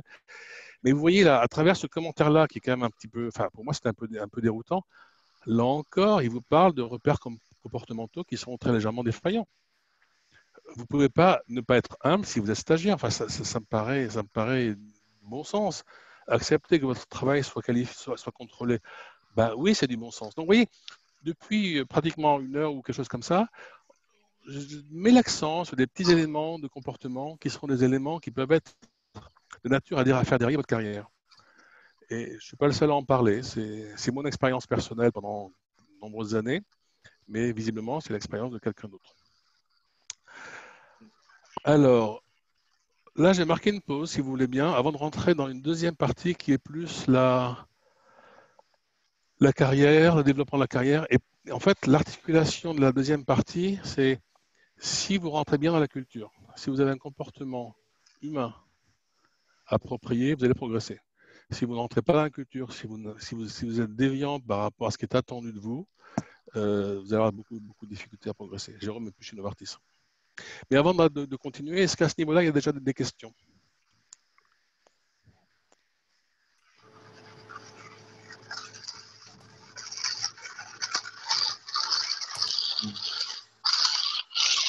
Je sais pas, William, est-ce que tu peux nous en dire plus? Moi, ce que j'ai compris, mais comme tu l'as J'avais dit des en première questions. slide, tu parlais, il y avait la France par rapport aux autres pays. Ce que j'ai bien compris, c'était que finalement, la France était une culture différente par rapport à d'autres pays, mais même si on prend une industrie en tant que telle par rapport à d'autres industries, elle a aussi une culture différente. Il faut s'adapter, donc déjà dans le pays où on est, mais bien sûr, c'est dans une entreprise internationale, chacune a ses cultures. Novartis t'en parlait, où c'était quelque chose d'assez hiérarchisé, si j'ai bien compris. D'autres, par exemple, sont beaucoup plus transverses ou matricielles, ou encore d'autres comme Pierre Fabre, je pense, on peut citer, c'était plus même patriarcal en termes d'industrie. Donc, s'adapter à la culture d'entreprise est quelque chose d'aussi important si on veut faire carrière dans ces dernières. Donc, c'était plus une remarque. Alors, Novartis, c'est pas n'est plus tellement Ouais, hiérarchique. Il a beaucoup été. Je vais y revenir tout à l'heure quand on parlera du disque et des couleurs. C'est trop tôt pour que je fasse le lien maintenant, mais chez Novartis, aujourd'hui, par contre, on vous encourage à prendre la parole. Euh, Par exemple, on ne vous demandera jamais en réunion qu'est-ce que vous en pensez, ouais, mais on s'attend à ce que vous le disiez. ouais, Et ok. si vous ne le dites pas, ça veut dire que vous avez accepté. C'est pour ça que Jérôme avait un souci avec ça. Hmm. Parce que s'il n'a Excuse-moi, rien dit dans la vas-y. réunion, bon. Donc, c'est important, par exemple, de percevoir cet aspect-là. Hmm. Ok. Alors, il y a une question d'Eva qui Oui. parle d'intelligence émotionnelle. Je pense que tu vas en parler un peu plus tard. Alors, Euh, très peu, parce que bon, on ne peut pas tout aborder en une seule fois. Euh, Très peu, mais oui, je vais y revenir. ok. Et Yasmine, donc, qui demandait comment tu as vécu ton entrée dans le monde dans l'entreprise et sur quel point tu pensais avoir évolué depuis. Oula, mais ça remonte à 35 ans, ça. Comment je l'ai vécu? Très bien, en fait. Mais bon, je l'ai vaguement mentionné à un moment ou à un autre. Euh, Pourquoi est-ce que je suis pharmacien? Parce que mes parents voulaient que je fasse de la science, de la santé. Pourquoi est-ce que j'ai fait du marketing? Parce que je voulais faire une école de commerce. Et pharmacien, c'était le bon compromis. Pour faire et du commerce, alors à l'époque, je ne savais pas de quoi je parlais, hein, j'étais au lycée. Bon. Ça me paraissait un bon compromis pour faire une école de commerce et pour faire de la science. Et j'ai évolué vers l'industrie. Il se trouve que j'ai connu celle qui allait devenir mon épouse quand on était étudiant, et j'ai passé pratiquement 4 ans, 3 ans à l'ESCP, à écouter les conférences des uns et des autres beaucoup plus plus que les conférences de la fac, les reconnaissances de botanique et la couleur des pollens de champignons, ça m'a jamais vraiment fait flipper. Donc en fait, intellectuellement, j'étais prêt à rentrer dans l'entreprise, j'étais prêt à rentrer dans une activité commerciale. J'ai commencé comme visiteur médical. C'est pas ça le visiteur médical, c'est super sympa en fait, hein. Et ça pour moi, ça s'est bien passé parce que c'était ce que je voulais, c'était conforme à ce que j'imaginais. Et ça s'est tellement bien passé que j'ai fait 2 ans de salaire en prime. D'ailleurs, donc j'étais payé 3 années de salaire la première année. L'année suivante, évidemment, je laisse supposer qu'ils ont mis un maximum, un cap, il y avait un plafond parce que là, c'était pas possible. Donc ça s'est très très très bien passé. Qu'est-ce qui a évolué depuis? Qu'est-ce qui a changé pour moi? C'était la deuxième partie de la question.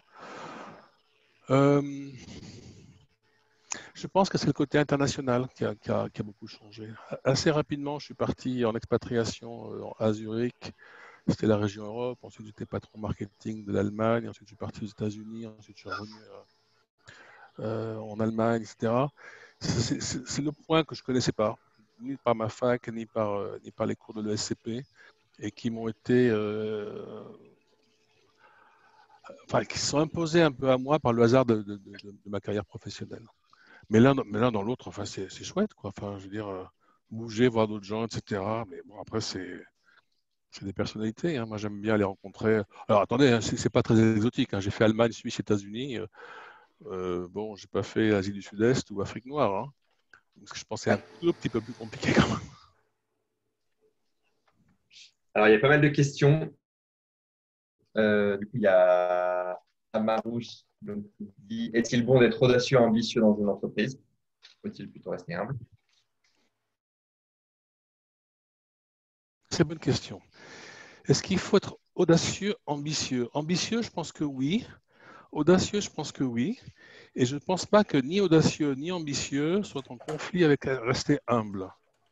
Rester humble, d'un mon point de vue, ça veut dire être capable de reconnaître qu'on ne sait pas tout, qu'on peut se tromper. Alors, il y a des boîtes qui acceptent mal, hein, l'erreur, hein.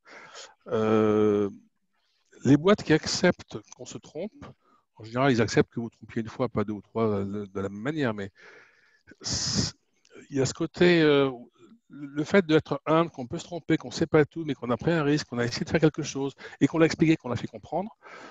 Là, c'est l'audace et l'ambition. Être audacieux, ça veut dire ça n'a jamais été fait, je vais essayer. Mais moi, je l'ai fait X fois dans ma carrière. Je l'ai fait il y a encore pas très très très longtemps dans mon métier relations investisseurs, des choses qui ne se faisaient pas.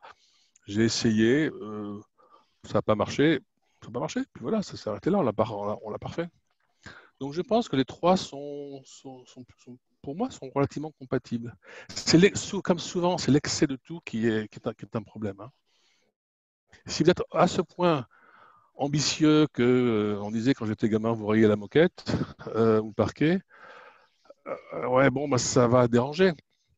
Mais si vous êtes ambitieux parce que vous mettez la barre haute pour votre équipe, vous mettez si vous êtes, je sais pas, responsable d'un département, d'une équipe et vous mettez des goals, des objectifs qui sont ambitieux, pourquoi pas?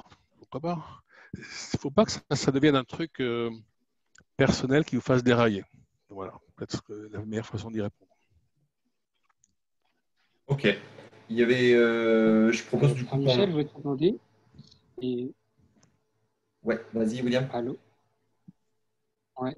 C'est justement pour rebondir là-dessus, c'est est-ce que dans la prise d'initiative, quand on est stagiaire étudiant, elle est favorisée en entreprise ou bien justement des fois Ah, alors ça va dépendre de plein de choses. Ça va dépendre du patron direct, de votre maître de stage ou de votre premier patron d'entreprise. Ça va dépendre de la culture du département, peut-être même de la culture de la division dans laquelle vous êtes. Vous n'aurez pas forcément exactement le même comportement, je ne sais pas moi, dans une équipe marketing internationale qui est assez ouverte, qui a envie de s'amuser, de faire des choses, etc. Et si vous êtes dans une équipe juridique ou affaires réglementaires qui est quand même beaucoup plus carré et rigoureux. De façon générale, il y a des entreprises qui vont encourager la prise d'initiative et qui vont vous stimuler, puis d'autres qui ne vont pas le faire. Donc, je ne pense pas qu'il y ait une vraie réponse positive ou négative par rapport à ça. Moi, mon expérience très personnelle, mais c'est vraiment très personnel, et j'ai beaucoup bougé, beaucoup changé de job, j'ai toujours toujours construit mon job comme je le voulais et pas comme il était écrit sur la job description. Euh, Quand j'ai commencé ma carrière, j'étais visiteur médical. Ok, c'était visiter les médecins de ville. Je parlais de la prime tout à l'heure, on versait 3 ans de salaire en prime. Quand je comprends la mécanique du système de prime, on en était primé au kilogramme de matière première, enfin gramme ou kilogramme de matière première. Bah, je me dis en ville, on va vendre, je sais pas, 50 millilitres de produit, il y a 3 fois rien dedans. À l'hôpital, on va le vendre par litre. Bah, je suis allé à l'hôpital, hein. Et effectivement, j'ai vendu en une quantité de matière très, très, très, très importante. Donc, comme c'était basé sur le volume bah, ou le grammage, bah, ça fait des primes. Donc, je pense, moi, personnellement, mais c'est une question de personnalité, qu'on peut toujours, toujours, toujours modifier le périmètre de son job et proposer des choses.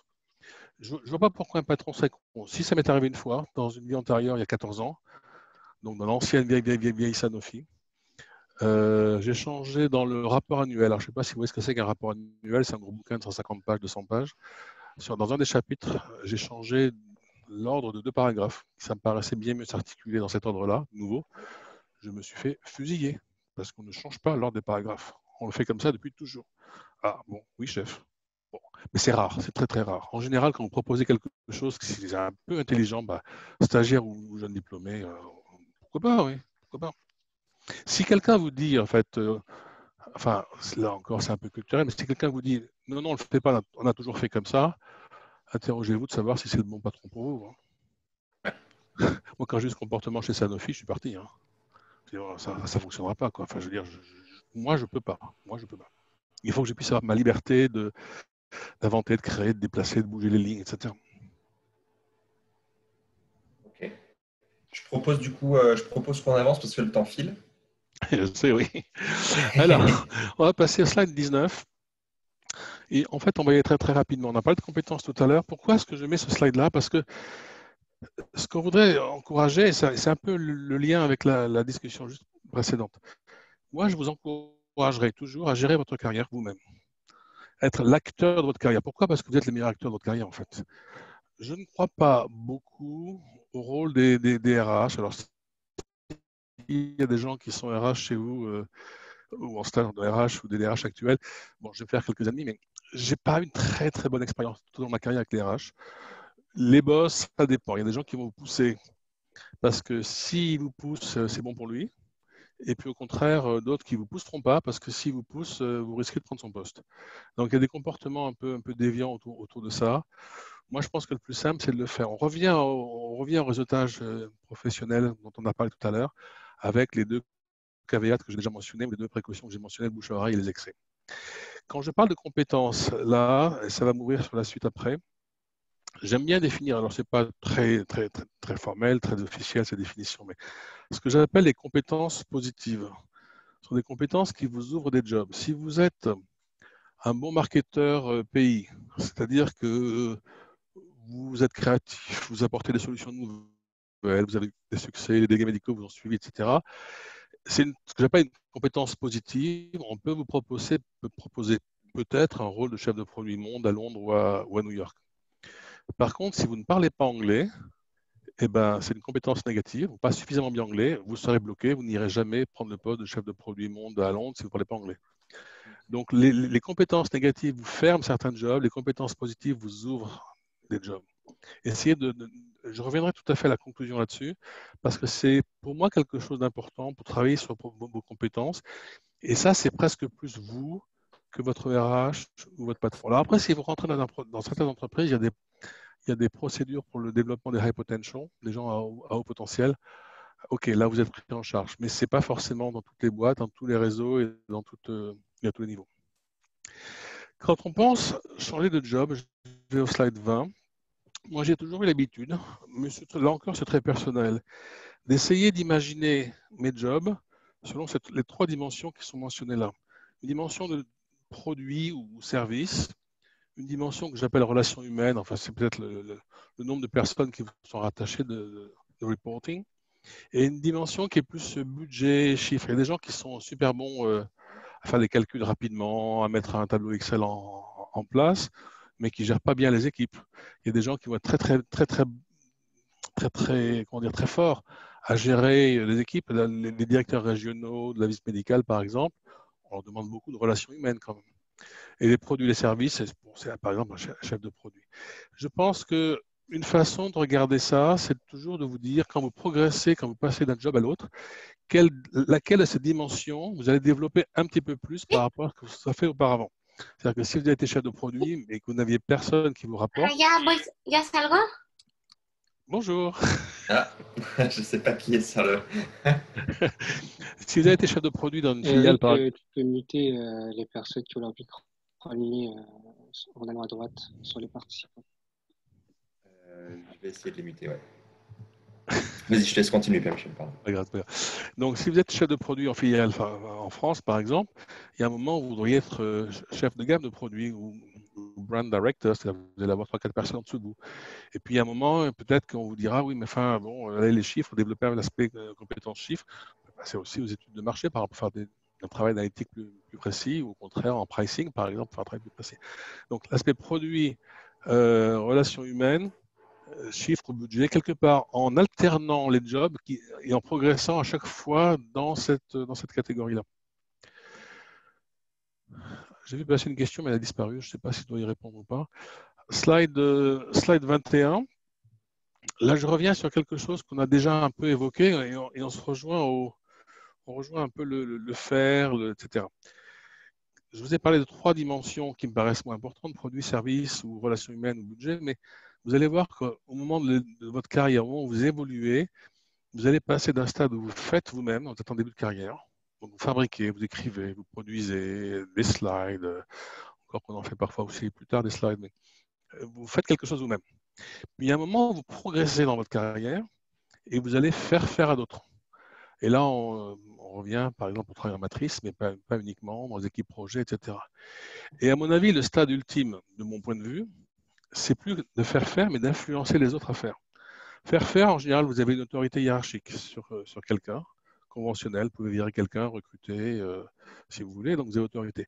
Influencer, vous avez a priori pas tellement d'autorité hiérarchique. Par contre, vous pouvez avoir un rôle extrêmement stratégique. Donc, essayez d'imaginer un peu l'évolution de votre carrière selon cet axe-là aussi. Alors, quand on regarde tout ce que je viens de dire, si on passe au slide 22, là, pour moi, c'est super important, ça. C'est pas forcément très clair sur ce slide, il y a 3 slides comme ça. Je pense qu'il faut en permanence, je crois que je l'ai déjà dit une fois ou deux, que vous vous interrogiez en termes de compétences plutôt que de métiers. Je vois beaucoup de facs de pharma qui créent des événements métiers, des présentations de métiers, le forum des métiers, etc. Oui, pourquoi pas. Ça vous permet peut-être de savoir ce qui se fait, ce qui se dit. Il y a des métiers que vous ne connaissiez pas, etc. Mais je pense que c'est réducteur. Je pense que vous vous limitez dans votre potentiel de progression. Il me semble que si vous avez la capacité à savoir un peu qui vous êtes, ce que vous aimez faire, vous allez trouver des jobs qui ne sont pas des jobs typiquement pharmaceutiques, qui peuvent l'être, où vos compétences pharmaceutiques propres pourront être utilisées, mises en œuvre, mais vous pouvez vous épanouir dans d'autres choses. Alors, je prends l'exemple ici, data, donc les chiffres, l'analyse, etc. Mais il y a plein de trucs où vous pouvez utiliser cette compétence si c'est votre point fort. Affaires réglementaires, il faut analyser les dossiers. Vous regardez les études cliniques, la CMC. Relations investisseurs, tiens, je parle pour moi là. Bah oui, parce que là aussi, on regarde les études cliniques, on va à SCO, on prend les publications de New England. Contrôle de gestion, bon, bah, c'est assez évident, mais il y a beaucoup de pharmaciens chez Novartis, mais je pense que c'est vrai partout, qui sont en contrôle de gestion. Parce que le contrôle de gestion, ce n'est pas de la comptabilité, hein. C'est vraiment de l'intelligence appliquée aux chiffres. Utiliser les chiffres pour dériver du knowledge, du savoir, de la compréhension, etc. Ce n'est pas inintéressant de comprendre le marché, les produits, les patients quand on fait du contrôle de gestion. Mais si vous êtes analytique, c'est un job pour vous. Si vous n'êtes pas, ce n'est pas terrible, etc., etc. Market access, c'est évident, c'est les prix, études de marché, c'est pareil. Vous allez modéliser un certain nombre de choses. Pharmacovigilance, pareil. Savoir si c'est un effet secondaire est significatif ou pas. Faut croiser les datas un peu dans tous les sens. Bon, voilà, il faut avoir un certain talent pour ça, et ce n'est pas un talent que tout le monde peut avoir. Si on prend le slide suivant, slide 23, je pense, si vous êtes un négociateur fin et talentueux, alors vous le savez pas, mais les RH pourront vous aider éventuellement à le deviner. Alors, les affaires réglementaires aussi, c'est de la négociation. Quand vous êtes dans ce qu'ils appellent la phase de review. Vous savez, cette expression anglaise, on dit review issue. Vous écrivez votre dossier réglementaire. Mais après, la FDA ou l'Europe revient vers vous en vous disant ouais, non, on ne veut pas cette phrase-là. Il y a une négociation qui commence. Cette négociation, c'est fait sur la base de faits. Là, je reviens toujours sur mes faits. Pour acheteur, c'est évident. Les contrats hospitaliers, si vous êtes un petit peu plus jeune. Le licensing in and out, vous n'allez pas discuter avec des partenaires. Fusion-acquisition, c'est la même chose. Et là encore, contrôle de gestion, parce que contrôle de gestion, vous devez les faire. Vous allez devoir négocier avec les équipes, parfois des coûts budgétaires, le plan stratégique. Le gars, il veut voir ses dépenses progresser de 6%, mais non, c'est uniquement 4%. Comment vous allez faire? Bon. Je prends un troisième exemple, ça va être le slide, je ne sais pas, suivant, je perds les numéros là. Si vous êtes un leader, directeur régional de la visite médicale, et c'est super intéressant entre parenthèses, la visite médicale, je ne sais pas si certains d'entre vous vont l'imaginer, mais c'est super intéressant. Vous avez aussi ce qu'on appelle les scientifiques liaisons, les medical scientific liaisons, les MSL. C'est pas mal ça, parce que vous allez discuter science avec des médecins, mettre en place des essais cliniques, mettre en place des protocoles de contrôle. Bon, après, vous imaginez d'être responsable de pays, au marketing international. Change management, tiens, change management. Toutes les grosses entreprises, à un moment ou à un autre, veulent se restructurer, se repenser. Vous avez quelqu'un qui doit influencer ça, guider, contrôler, manager, influencer, etc. Change management, ce n'est pas un poste inintéressant. C'est peut-être un peu plus senior que d'autres, mais bon, et là, je vais quand même conclure sur consultant, parce que bon, Eric et moi, peut-être on va se sentir concernés. On peut être consultant si on est un leader quand même. Bon, allez.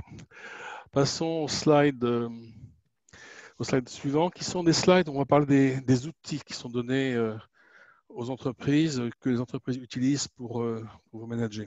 Regardez, 37 déjà. Alors, vous avez des outils à court terme, là on est dans les bonus, etc. Les outils à court terme, c'est la performance individuelle ou collective qui est reconnue. Alors, ça fonctionne de façon toujours à peu près pareille. Il y a une définition d'objectif opérationnel, souvent annuel, une revue semestrielle ou annuelle, parfois plus souvent. Et vous avez un bonus et une augmentation de salaire, ou vous n'en avez pas, peu importe. Alors, là où ça devient un peu compliqué, c'est quand une entreprise décide de faire une performance collective sur l'équipe, plutôt qu'une performance totalement individuelle, ou un panachage des deux, parce que là, il y a des discussions sans fin. Oui, mais lui, il n'a pas fait le boulot, c'est moi qui l'ai fait, c'est grâce à moi. Bon. Court terme, c'est annuel en général. Moyen-long terme, l'aspect bonus du moyen-long terme, c'est vraiment comment garder les équipes, donc fidéliser les employés au potentiel qu'on veut vraiment garder. On va reconnaître le potentiel de progression de la personne, de l'individu, de l'employé. On va parfois utiliser aussi des bonus à long terme pour éviter que vous avez de voir quelqu'un qui massacre une année ses objectifs, qui fait 300% de ses objectifs, et en fait, ça foire l'année suivante où il est en négatif, etc. Donc, une fois qu'il a caché in le bonus de la première année, après, il laisse tomber, j'entends des mots bizarres dans le casque, mais bon, il laisse tomber les objectifs suivants. Donc, par exemple, tous nos managers chez Novartis ont cette notion où vous n'êtes pas payé en une seule fois, mais payé en 3 fois sur les bonus, pour cette raison-là. Et là, c'est souvent relié à des tests, on va dire psychologiques ou tests de personnalité, à des programmes de développement personnel, de mentoring, si on identifie des gaps à remplir, etc. Ces tests psychologiques, on va y venir sur les slides, les 3 slides suivants, 26 maintenant. Alors, je ne vais pas passer beaucoup de temps dessus, parce que le temps passe malheureusement très vite, mais il y en a quand même 2-3 qui sont des grands classiques. Ce qu'on appelle les 360 ou 360 feedback. C'est en fait quelque chose dont on demande au boss, aux supérieurs, aux collègues, donc a priori au même niveau, aux subordonnés ou parfois pour les gens de terrain de vente aux clients, de répondre à un certain nombre de questions. Là, j'ai pris un exemple en anglais, on a beaucoup plus que ça, c'était juste une sélection pour l'image. Et on va chercher à regarder s'il y a des différences entre la façon qu'a le boss ou les boss, les collègues, les subordonnés et l'employé. S'il y a des différences significatives de perception. Le plus souvent, ce n'est pas toujours vrai, le plus souvent, l'employé se sous-estime par rapport à son boss et se surestime par rapport à ses direct reports, à ses subordonnés. Bon, ce n'est pas forcément une vérité absolue, c'est ce que beaucoup de RH m'ont dit, c'est ce que j'ai observé dans la carrière. Alors, dans ce genre de choses, il n'y a pas de bonne ou de mauvaise réponse, mais c'est ce décalage de perception qui est à prendre en compte. Et les résultats sont relatifs et pas absolus. Vous ne pouvez pas sortir de là en disant j'ai un profil. Le 360 ne vous donne pas un profil, il vous donne des différences par rapport à vos boss, par rapport aux collègues sur les côtés, les clients éventuellement et les subordonnés. Par contraste avec l'outil DISC, slide suivant, qui est un outil qui vous donne un profil particulier. L'outil DISC, c'est vous qui répondez à des séries de questions. Et en fonction des réponses que vous donnez, mais vous apparaissez comme étant plus rouge, dominant, plus jaune, influent, plus vert, stable, celui qui aime bien, un peu, qui est bienveillant, qui aime bien l'équipe, ou le bleu conforme, c'est comme ça qu'on l'appelle. Alors, le bleu, c'est l'analytique, c'est quelqu'un qui aime bien aller chez le rouge, décide, le jaune parle, le vert veut que tout le monde s'embrasse, et le conforme fait le boulot sur Excel. Et en fait, là encore, il n'y a pas de bonne et de mauvaise solution. Par contre, si vous êtes rouge, dominant ou décidé, et que votre collaborateur dans votre équipe est vert et vient vous voir en disant tu sais, j'ai pensé que vous allez l'agacer. Parce que lui, il veut une décision. Bon, c'est maintenant, tout de suite, et on le fait. Inversement, si vous êtes un jaune, donc vous êtes un peu communicatif, extraverti, optimiste, etc., et quelqu'un vient vous voir avec un tableau Excel de 350 lignes et 40 colonnes, il va vous casser les pieds. Donc l'objectif fondamental de ce truc-là, c'est de dire comment se connaître pour mieux interagir avec les autres, comprendre le style des autres, comprendre son propre style, pour augmenter l'efficacité et mieux communiquer avec les autres. C'est super simple. Moi, j'en ai fait, enfin, je sais pas, 5-6 dans ma carrière. C'est assez cohérent de ma carrière. Les 360 aussi. T'es quelle couleur? Qu'est-ce que tu en penses? Je suis. Ah, je sais pas. Alors, J'aurais dit rouge, moi. je suis pas tellement rouge. Je suis très Ouais, parce que analytique. tu m'as dit que tu étais introverti, c'est vrai. Ouais, ouais, c'est pas tellement. Alors, bizarrement, je suis jaune. Alors, je suis bleu et jaune. Alors, le jaune est assez extraverti.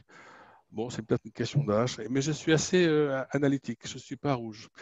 Enfin, peu. Ok. Alors, en fait, pour les spécialistes ou certains qui ont déjà vu ça, il y a deux profils. Le profil naturel, en famille, avec des amis, etc. Et le profil adapté. Alors, en famille, je suis totalement jaune. Euh, ce qu'on appelle l'adapté, en entreprise, je suis plutôt bleu. Plutôt bleu. Alors, une petite anecdote autour de ça. Normalement, il y a 25% de chacun dans la population française, mondiale. On est tous répartis à peu près, il y en a 25%. Novartis, jusqu'à il y a quelques années, avait 60% de rouge. C'était honnêtement un vrai problème. Tout le monde est décidé. Il n'y a que des chefs, il n'y a pas d'Indiens. Tout le monde est décidé, tout le monde se mêle de tout. Euh, Ça pose parfois des problèmes. Mais bon, c'est comme ça. L'autre slide, alors celui-là il est facile. L'autre slide est un peu plus compliqué à utiliser, à manipuler. C'est le fameux Myers-Briggs, le MBTI. C'est un peu le même principe. Vous sortez une catégorie, au lieu d'être une matrice 2 par 2, c'est une matrice 4 par 4. Bon, l'idée est toujours plus ou moins la même chose. Dans l'intérêt du temps, comme on dit, je vais passer, je vais pas rester trop longtemps dessus. J'ai mis le lien sur Wikipédia, c'est sûr que ça amuse pour regarder On va le donner, ouais. un petit peu plus. Il me reste juste 2-3 slides pour finir. Donc, slide 29, je crois. Suivant, voilà. Ça, c'est une question que j'ai eue tellement souvent que je voulais absolument l'adresser ce soir, qui est la question des titres, des job titles, des salaires, des médians, etc., quand les choses se passent. Alors, toutes les entreprises ont un système de hiérarchisation des postes par niveau. Alors, ça se traduit souvent par des titres internes, utilisés ou pas à l'extérieur, mais par des titres, des rémunérations, des primes qui sont liées finalement à ces niveaux. Alors là, j'ai pris un petit tableau illustratif, l'assistant, il y a une zone de salaire minimum, maximum, une médiane, un manager, vous voyez, le salaire est un peu plus élevé.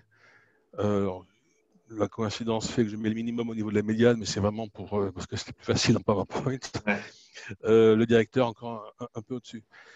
Il faut savoir que les titres et les niveaux ne sont pas comparables entre les entreprises. Vous pouvez très bien vous trouver vice president dans une boîte et rejoindre Novartis et être directeur.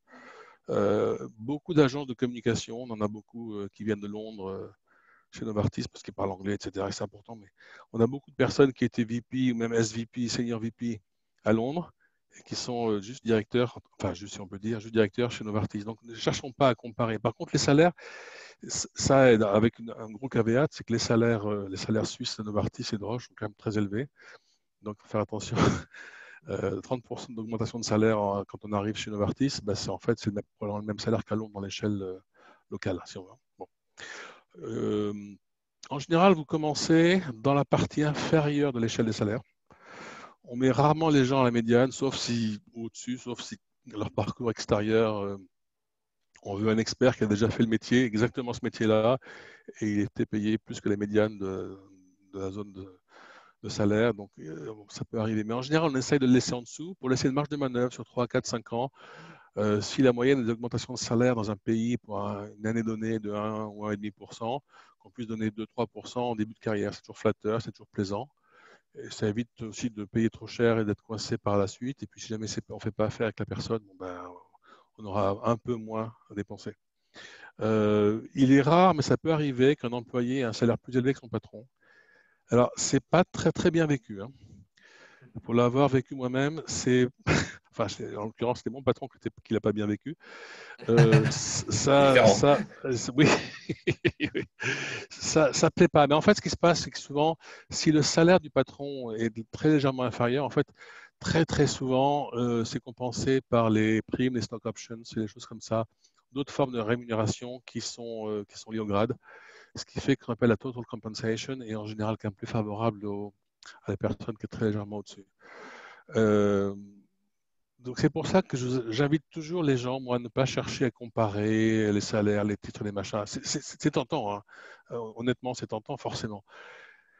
Mais c'est quand même difficile. Si vous y avez accès, il y a peu de chances que vous y ayez vraiment accès.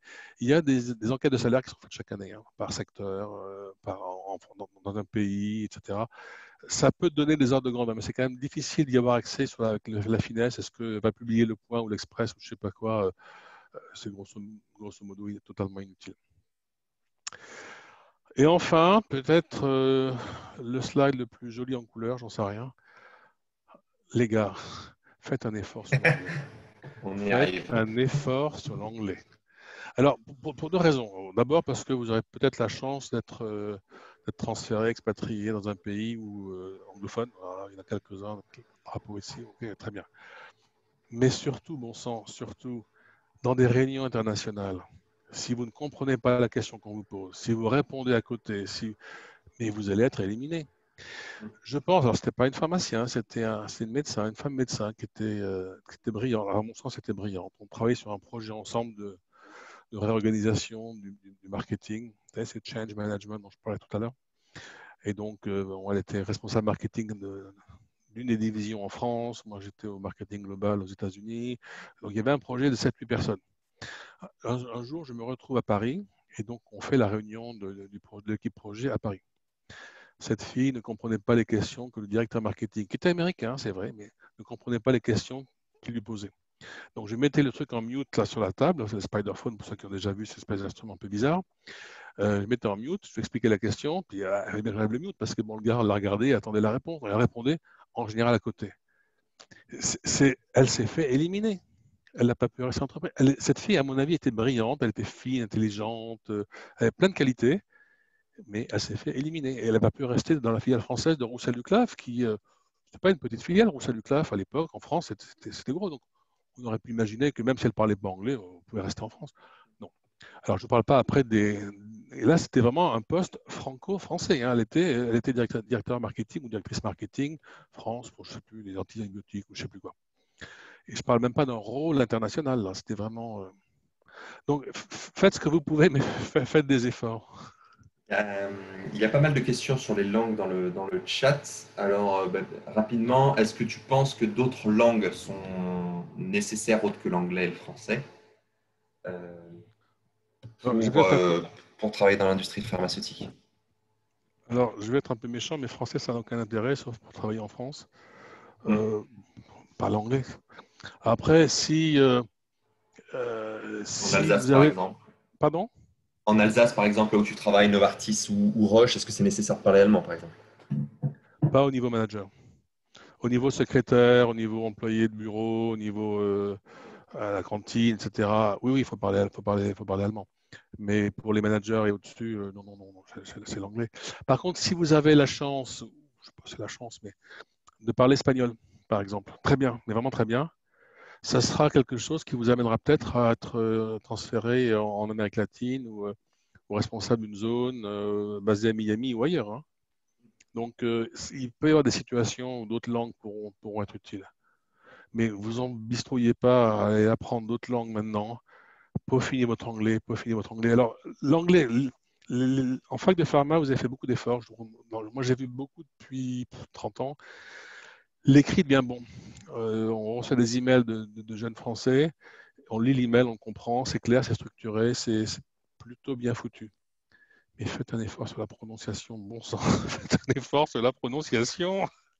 C'est... Alors, les gens peuvent sourire parce que je ne sais pas si vous connaissez l'inspecteur Clouseau de La Panthère Rose. Bon, voilà, ça ressemble à ça. Mais bon, voilà.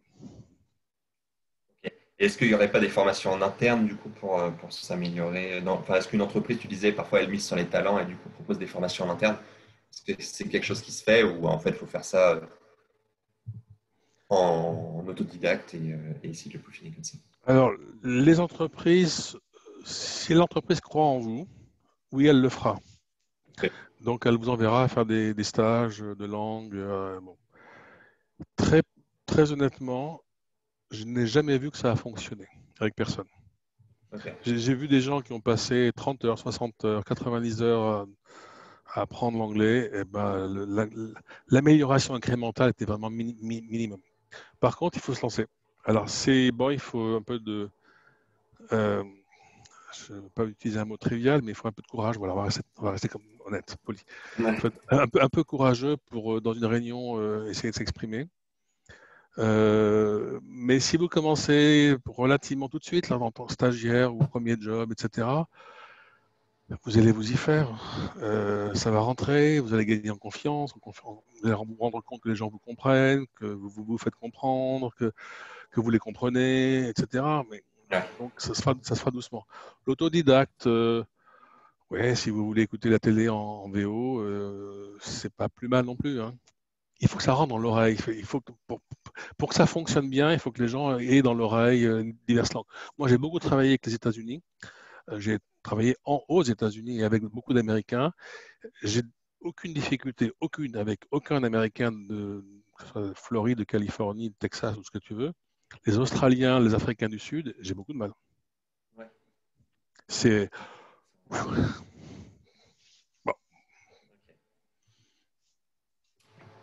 Sur les langues encore. Non, je pense qu'on peut du coup aller sur les dernières slides. Alors la dernière slide, bah, c'est un peu une slide de conclusion. Pourquoi est-ce qu'on a, j'ai parlé culture, pourquoi est-ce que j'ai parlé valeur, pourquoi est-ce que j'ai parlé de tout ça? Ben, c'est parce que dans le fond, l'objectif, votre objectif maintenant, dans les années à venir, ça va être de progresser dans votre carrière professionnelle. Votre but, c'est pas de rentrer pour dire, ben voilà, je suis rentré, mon premier job. Oui, c'est important le premier job, bien entendu, mais allez, projetons-nous un petit peu au-delà. Et donc, vous êtes le meilleur acteur de votre carrière. Je crois que j'ai déjà utilisé l'expression. Respectez au mieux les cultures ou la culture ou les cultures de votre entreprise et des collègues. Ne vous laissez pas impressionner par les outils RH. Ils sont là pour vous aider, en fait, hein, quand ils existent. Apprenez à les connaître et à jouer avec eux. Et soyez vous-même. Enfin, vous connaissez tous cette boutade, hein. Soyez vous-même parce que si vous voulez être quelqu'un d'autre, c'est déjà pris. Donc, soyez vraiment vous-même. Et vous embêtez pas avec ça. Le réseautage interne, j'y reviens, hein, c'est faites-le mais intelligemment. Et donc, vraiment, les deux mots qui pour moi sont clés dans tout ça, c'est soyez ouvert et curieux et pensez compétences pour votre Ouais. épanouissement dans l'entreprise. Voilà, et avec ça, bah, j'ouvre formellement le Q&A avec Jérôme qui a toujours un regard aussi. Toujours Jérôme. Toujours Jérôme qui est un peu tristouille, mais je suppose qu'il n'y aura plus aucun Jérôme ce soir après cette conférence. J'espère. Peut-être William, du coup, tu peux. Ouais, je vais commencer du coup déjà. Ah, merci beaucoup hein, pour ta présentation, c'était top. Je pense que ça répondait déjà à beaucoup de questions. J'avais une question, c'était comment on fait pour se comporter en entreprise quand on arrive justement ou dans une entreprise où des groupes sont déjà formés, où il y a déjà des conflits internes. inhérentes à la boîte et comment on peut s'intégrer justement plus facilement.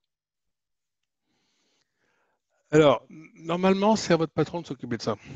Il le fera ou il le fera pas, mais normalement c'est au patron de vous passer la parole en réunion, à la machine à café, quand vous êtes là. Ah tiens, au fait, je te présente, Jérôme vient de nous rejoindre il y a 15 jours, je ne sais pas si vous connaissez. Jérôme a beaucoup d'expérience en affaires réglementaires, peut-être que vous pourrez avoir l'occasion d'en parler ensemble. Donc, cette prise de sauce, de mayonnaise, c'est surtout votre patron qui va la mettre en œuvre ou vos collègues professionnels.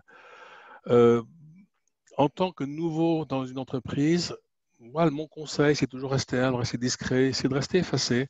Même si vous êtes recruté parce que vous êtes un expert, attendez qu'on vous parle de votre domaine d'expertise pour vous exprimer. Sinon, observez, observez, observez, observez. Regardez, c'est pas la peine je sais pas moi, rouler des mécaniques devant toute la société au début.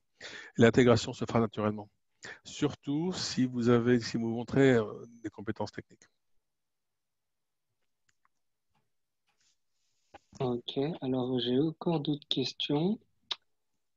Est-ce que tu aurais des conseils justement pour les débuts de carrière? Comment on fait pour concilier sa vie pro et sa vie perso, notamment au niveau de ses ambitions et, euh, et voilà, comment gérer tout ça quand on est au début? Est-ce qu'on doit plutôt prendre une grande entreprise ou une petite entreprise? Euh, L'ambition personnelle, professionnelle et la vie de famille, alors ça, je ne sais pas s'il y a une bonne réponse. Ce que je peux vous dire, c'est que moi, j'ai eu beaucoup de chance. Mon épouse, qui doit m'entendre parler peut-être derrière, euh, m'a suivi facilement. Les hasards de la vie ont fait qu'elle était prête à changer de boîte à ma première expatriation et donc ça s'est fait relativement naturellement. Ce que je peux dire aussi, c'est que 80% des échecs d'expatriation sont liés au conjoint. Homme ou femme, peu importe, mais liés au conjoint. Quand vous avez une relation de couple qui se complique parce que la femme travaillait ou le mari travaillait et puis ne travaille plus dans le nouveau pays, ça va pas bien se passer.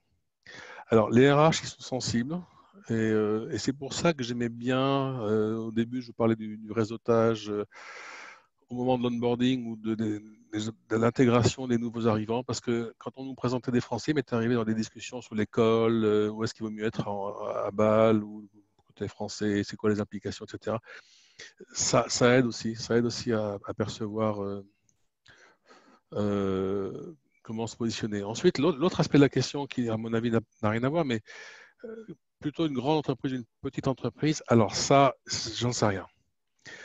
La différence est claire. Une petite entreprise, vous faites plus de choses, vous avez moins de budget, mais vous faites plus de choses et vous avez probablement une vision un peu plus large de ce qui se passe. Et c'est pas inintéressant. Une très grosse entreprise a un budget fou pour faire un truc microscopique et vous voyez rien et vous comprenez rien. Donc je sais pas. J'ai une petite tendance à préférer en début de carrière les petites entreprises, mais je ne sais pas si c'est une vraie réponse que je vous donne là. Moi, ce qui est vraiment difficile, c'est que chez Novartis, quand on prend l'équipe marketing produit de base, il y a 15-20 personnes.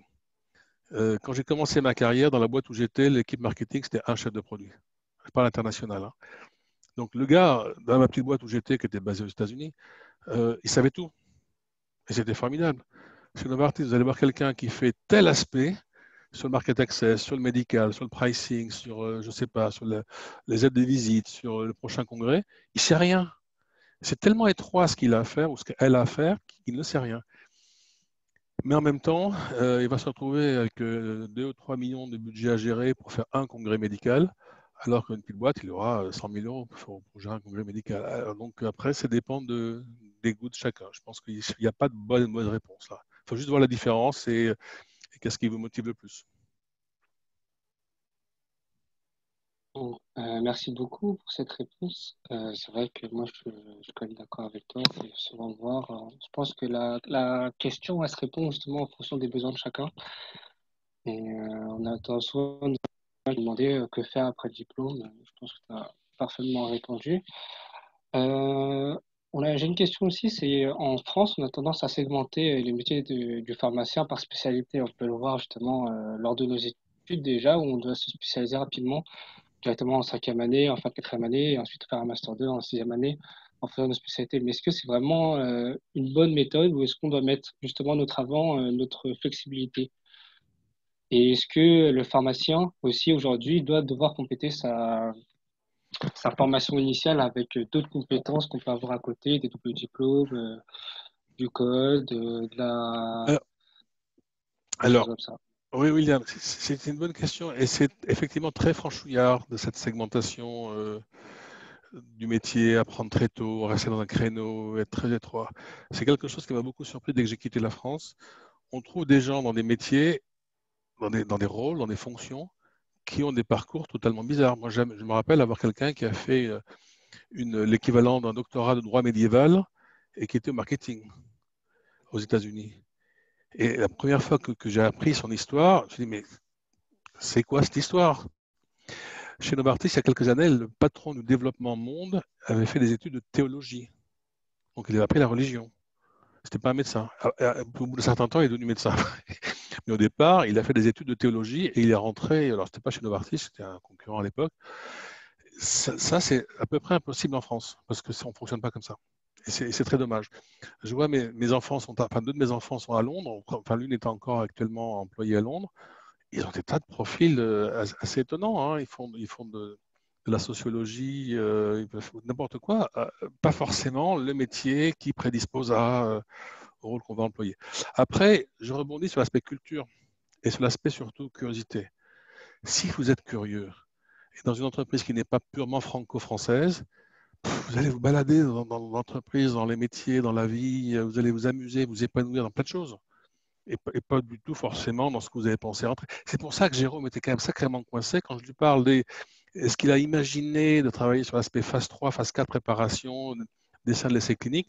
Oh mon Dieu, mais non, il ne voulait pas, il se coinçait là-dessus. Et c'est pour ça que je vous ai montré ces 3 slides illustratifs là. Si vous aimez les data, si vous êtes un leader, si vous êtes un négociateur, il y a plein de choses là. Et c'est pas parce que vous êtes pharmacien, c'est parce que vous êtes vous. Je ne sais pas si c'est convaincant ce que je dis, mais en tous les cas, là, moi, j'en suis convaincu. Ouais, non, mais c'est. Si, oui, moi je suis con.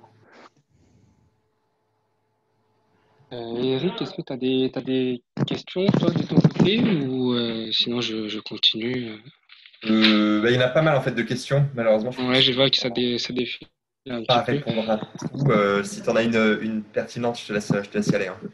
Ouais, parce qu'on va pas pouvoir Ouais, on va pas pouvoir répondre à continuer tout, je beaucoup plus pense. longtemps. Une dernière question. Alors,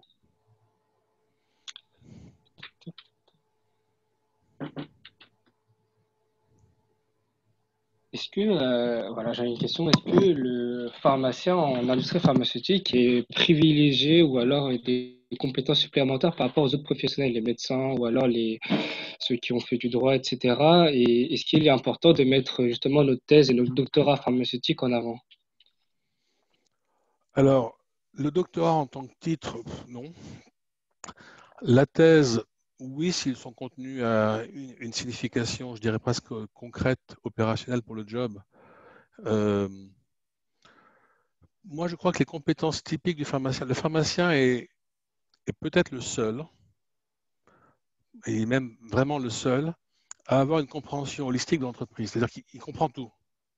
Il voit très bien ce qui se passe en recherche, il voit très bien ce qui se passe en développement, en médical, en production, en contrôle qualité, en commercialisation. C'est tout cet aspect-là de la chaîne de valeur, du début à la fin, je n'ai pas vu d'autres formations qui permettaient ça. Ce qui veut dire que vous avez un niveau que je trouve, c'est que, alors je ne peux pas parler pour toutes les facs, je ne connais pas tous les programmes partout, il manque un petit peu de lien dans tout ça. Vous voyez, par exemple, par rapport aux écoles de commerce, ces gens-là, ils ne savent rien, mais ça ne les gêne pas, mais on le sait.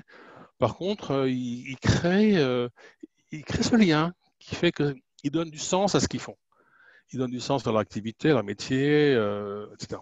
Et on le voit dans les premiers slides que font les gars qui viennent de leur, bon, peu importe, ça peut être HEC, ESSEC, ce que vous voulez, ou d'ailleurs si c'est d'autres pays, mais ces gens-là ont beaucoup plus d'adaptabilité, je trouve, que les pharmaciens ou les juristes, là, probablement les mêmes raisons. Les médecins, les médecins sont des bêtes bizarres, à mon sens. Parce que allez, je vais dire quelque chose qui vient du fond de mon cœur, même si je me fais quelques ennemis. Ils se prennent pour supérieurs. Ils ont la science infuse du médicament et de la pharmacie, ils ont la science infuse du patient et ils savent mieux que tout le monde. Mais en général, non. Moi, en général, j'ai remarqué que ceux qui commençaient comme ça se plantaient, ne restaient pas dans notre industrie. Parce que ça ne fonctionne pas comme ça, la vraie vie. Donc, eux, ils n'ont pas du tout cette compréhension et ils sont très souvent imbus d'eux-mêmes et limités dans leur savoir quand ils rentrent dans des métiers un peu généraux. Alors, quand ils rentrent dans la métier technique de directeur médical d'une franchise, etc., ouais, ok, là, c'est normal, ils vont négocier avec les opinion leaders. Là, il n'y a aucun souci, les pharmaciens, on ne les battra pas là-dessus. Mais si on reste dans des choses un peu génériques, un peu générales, le pharmacien, à mon avis, est la meilleure formation. Mais il faut qu'il y aille, quoi. C'est pas très sophistiqué, il faut juste y aller. Il n'y a pas de honte, d'ambition à avoir. Alors après, vos études ont évolué tellement depuis quelques années, j'ai un petit peu de mal à suivre. Entre vos MSC, votre truc spécialisé à droite, à gauche, dans les écoles de commerce ou pas dans les écoles de commerce, je ne sais pas ce que ça apporte ou ce que ça apporte pas fondamentalement. Parce qu'une surcompétence comme Jérôme qui a fait je ne sais pas quoi, il a tout fait ce qu'il fallait faire pour être DRA, pas sûr que ça a beaucoup ouvert l'esprit. Je pense que non. Par contre, ça permet éventuellement d'avoir les gens qui font, alors je ne veux pas offenser personne en faisant des commentaires, mais les gens qui font le M Lyon ou qui sont en partenariat avec ESSEC, je crois que c'est Paris qui fait les partenariats avec l'ESSEC, ça donne des ouvertures d'esprit, de compréhension assez larges. En revanche, ça, pour moi, c'est un gros handicap, c'est que très souvent, c'est hors contexte. C'est hors contexte pharmaceutique. Vous voyez, quand je vous dis tout au début de la conférence, le marketing pharmaceutique est quelque chose de très particulier. Le consommateur, le patient, n'est ni le prescripteur ni le payeur. Le médecin est prescripteur, mais n'est pas consommateur ni payeur. Et le payeur n'est ni patient ni prescripteur. Donc, rien que ça, si ce n'est pas complètement vu euh, dans votre formation complémentaire marketing, par exemple, bon, ben, vous passez à côté de la plaque, quoi. On ne vend pas des yaourts, des voitures ou des ordinateurs quand on vend des médicaments de prescription. S'adapter du coup au contexte. Oui, oui, oui, oui. Et alors, c'est pour ça que bon, je verrai s'il faut refaire ces conférences peut-être en interne dans certaines facs ou pas, ou si on peut améliorer les choses. D'ailleurs, je serais intéressé, hein, je vois qu'il y a mon slide de conclusion, là, enfin, le dernier, mais n'hésitez pas à me contacter sur LinkedIn, les uns ou les autres, hein, si vous voulez faire des commentaires. Moi, c'est la première fois que je fais cette conférence. Quand j'ai vu Jérôme, c'est pas une blague, hein, quand j'ai vu Jérôme, je me suis, je me suis dit, quand je prendrai ma retraite, il faudra que je fasse quelque chose. Je ne peux pas laisser ces jeunes gars arriver comme ça chez nous et les laisser un peu à l'abandon et pas les guider. Alors, je ne sais pas ce que je pourrais faire. Bon, ça sera limité à mon périmètre, à mon temps, etc. Mais c'est un peu pour ça que j'ai voulu créer cette conférence et voulu créer. Je remercie encore une fois Eric et William qui, dès le début, m'ont fait confiance là-dessus parce que il faut qu'on avance, il faut qu'on fasse quelque chose, il faut qu'on bouge, quoi. On ne peut pas. Enfin, Jérôme, c'est un échec pour lui probablement et peut-être pour. Je ne sais pas s'il était marié, j'en sais rien. En tout cas, il a sûrement du mal le vivre, même dans sa famille. C'est juste pas possible. Mais je ne sais pas si ça tient aux études uniquement. Mais bon, si on peut aider.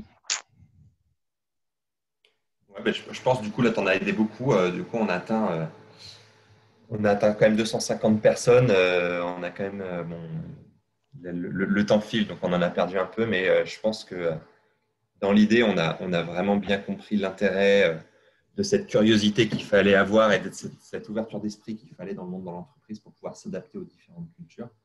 Donc encore merci pour ton temps et ton aide, parce que tu m'as autant aidé d'ailleurs, je pense que les autres participants. Ouais. Du coup, peut-être William, je te laisse conclure. Oui, à part si Pierre Michel, tu veux rajouter quelque chose.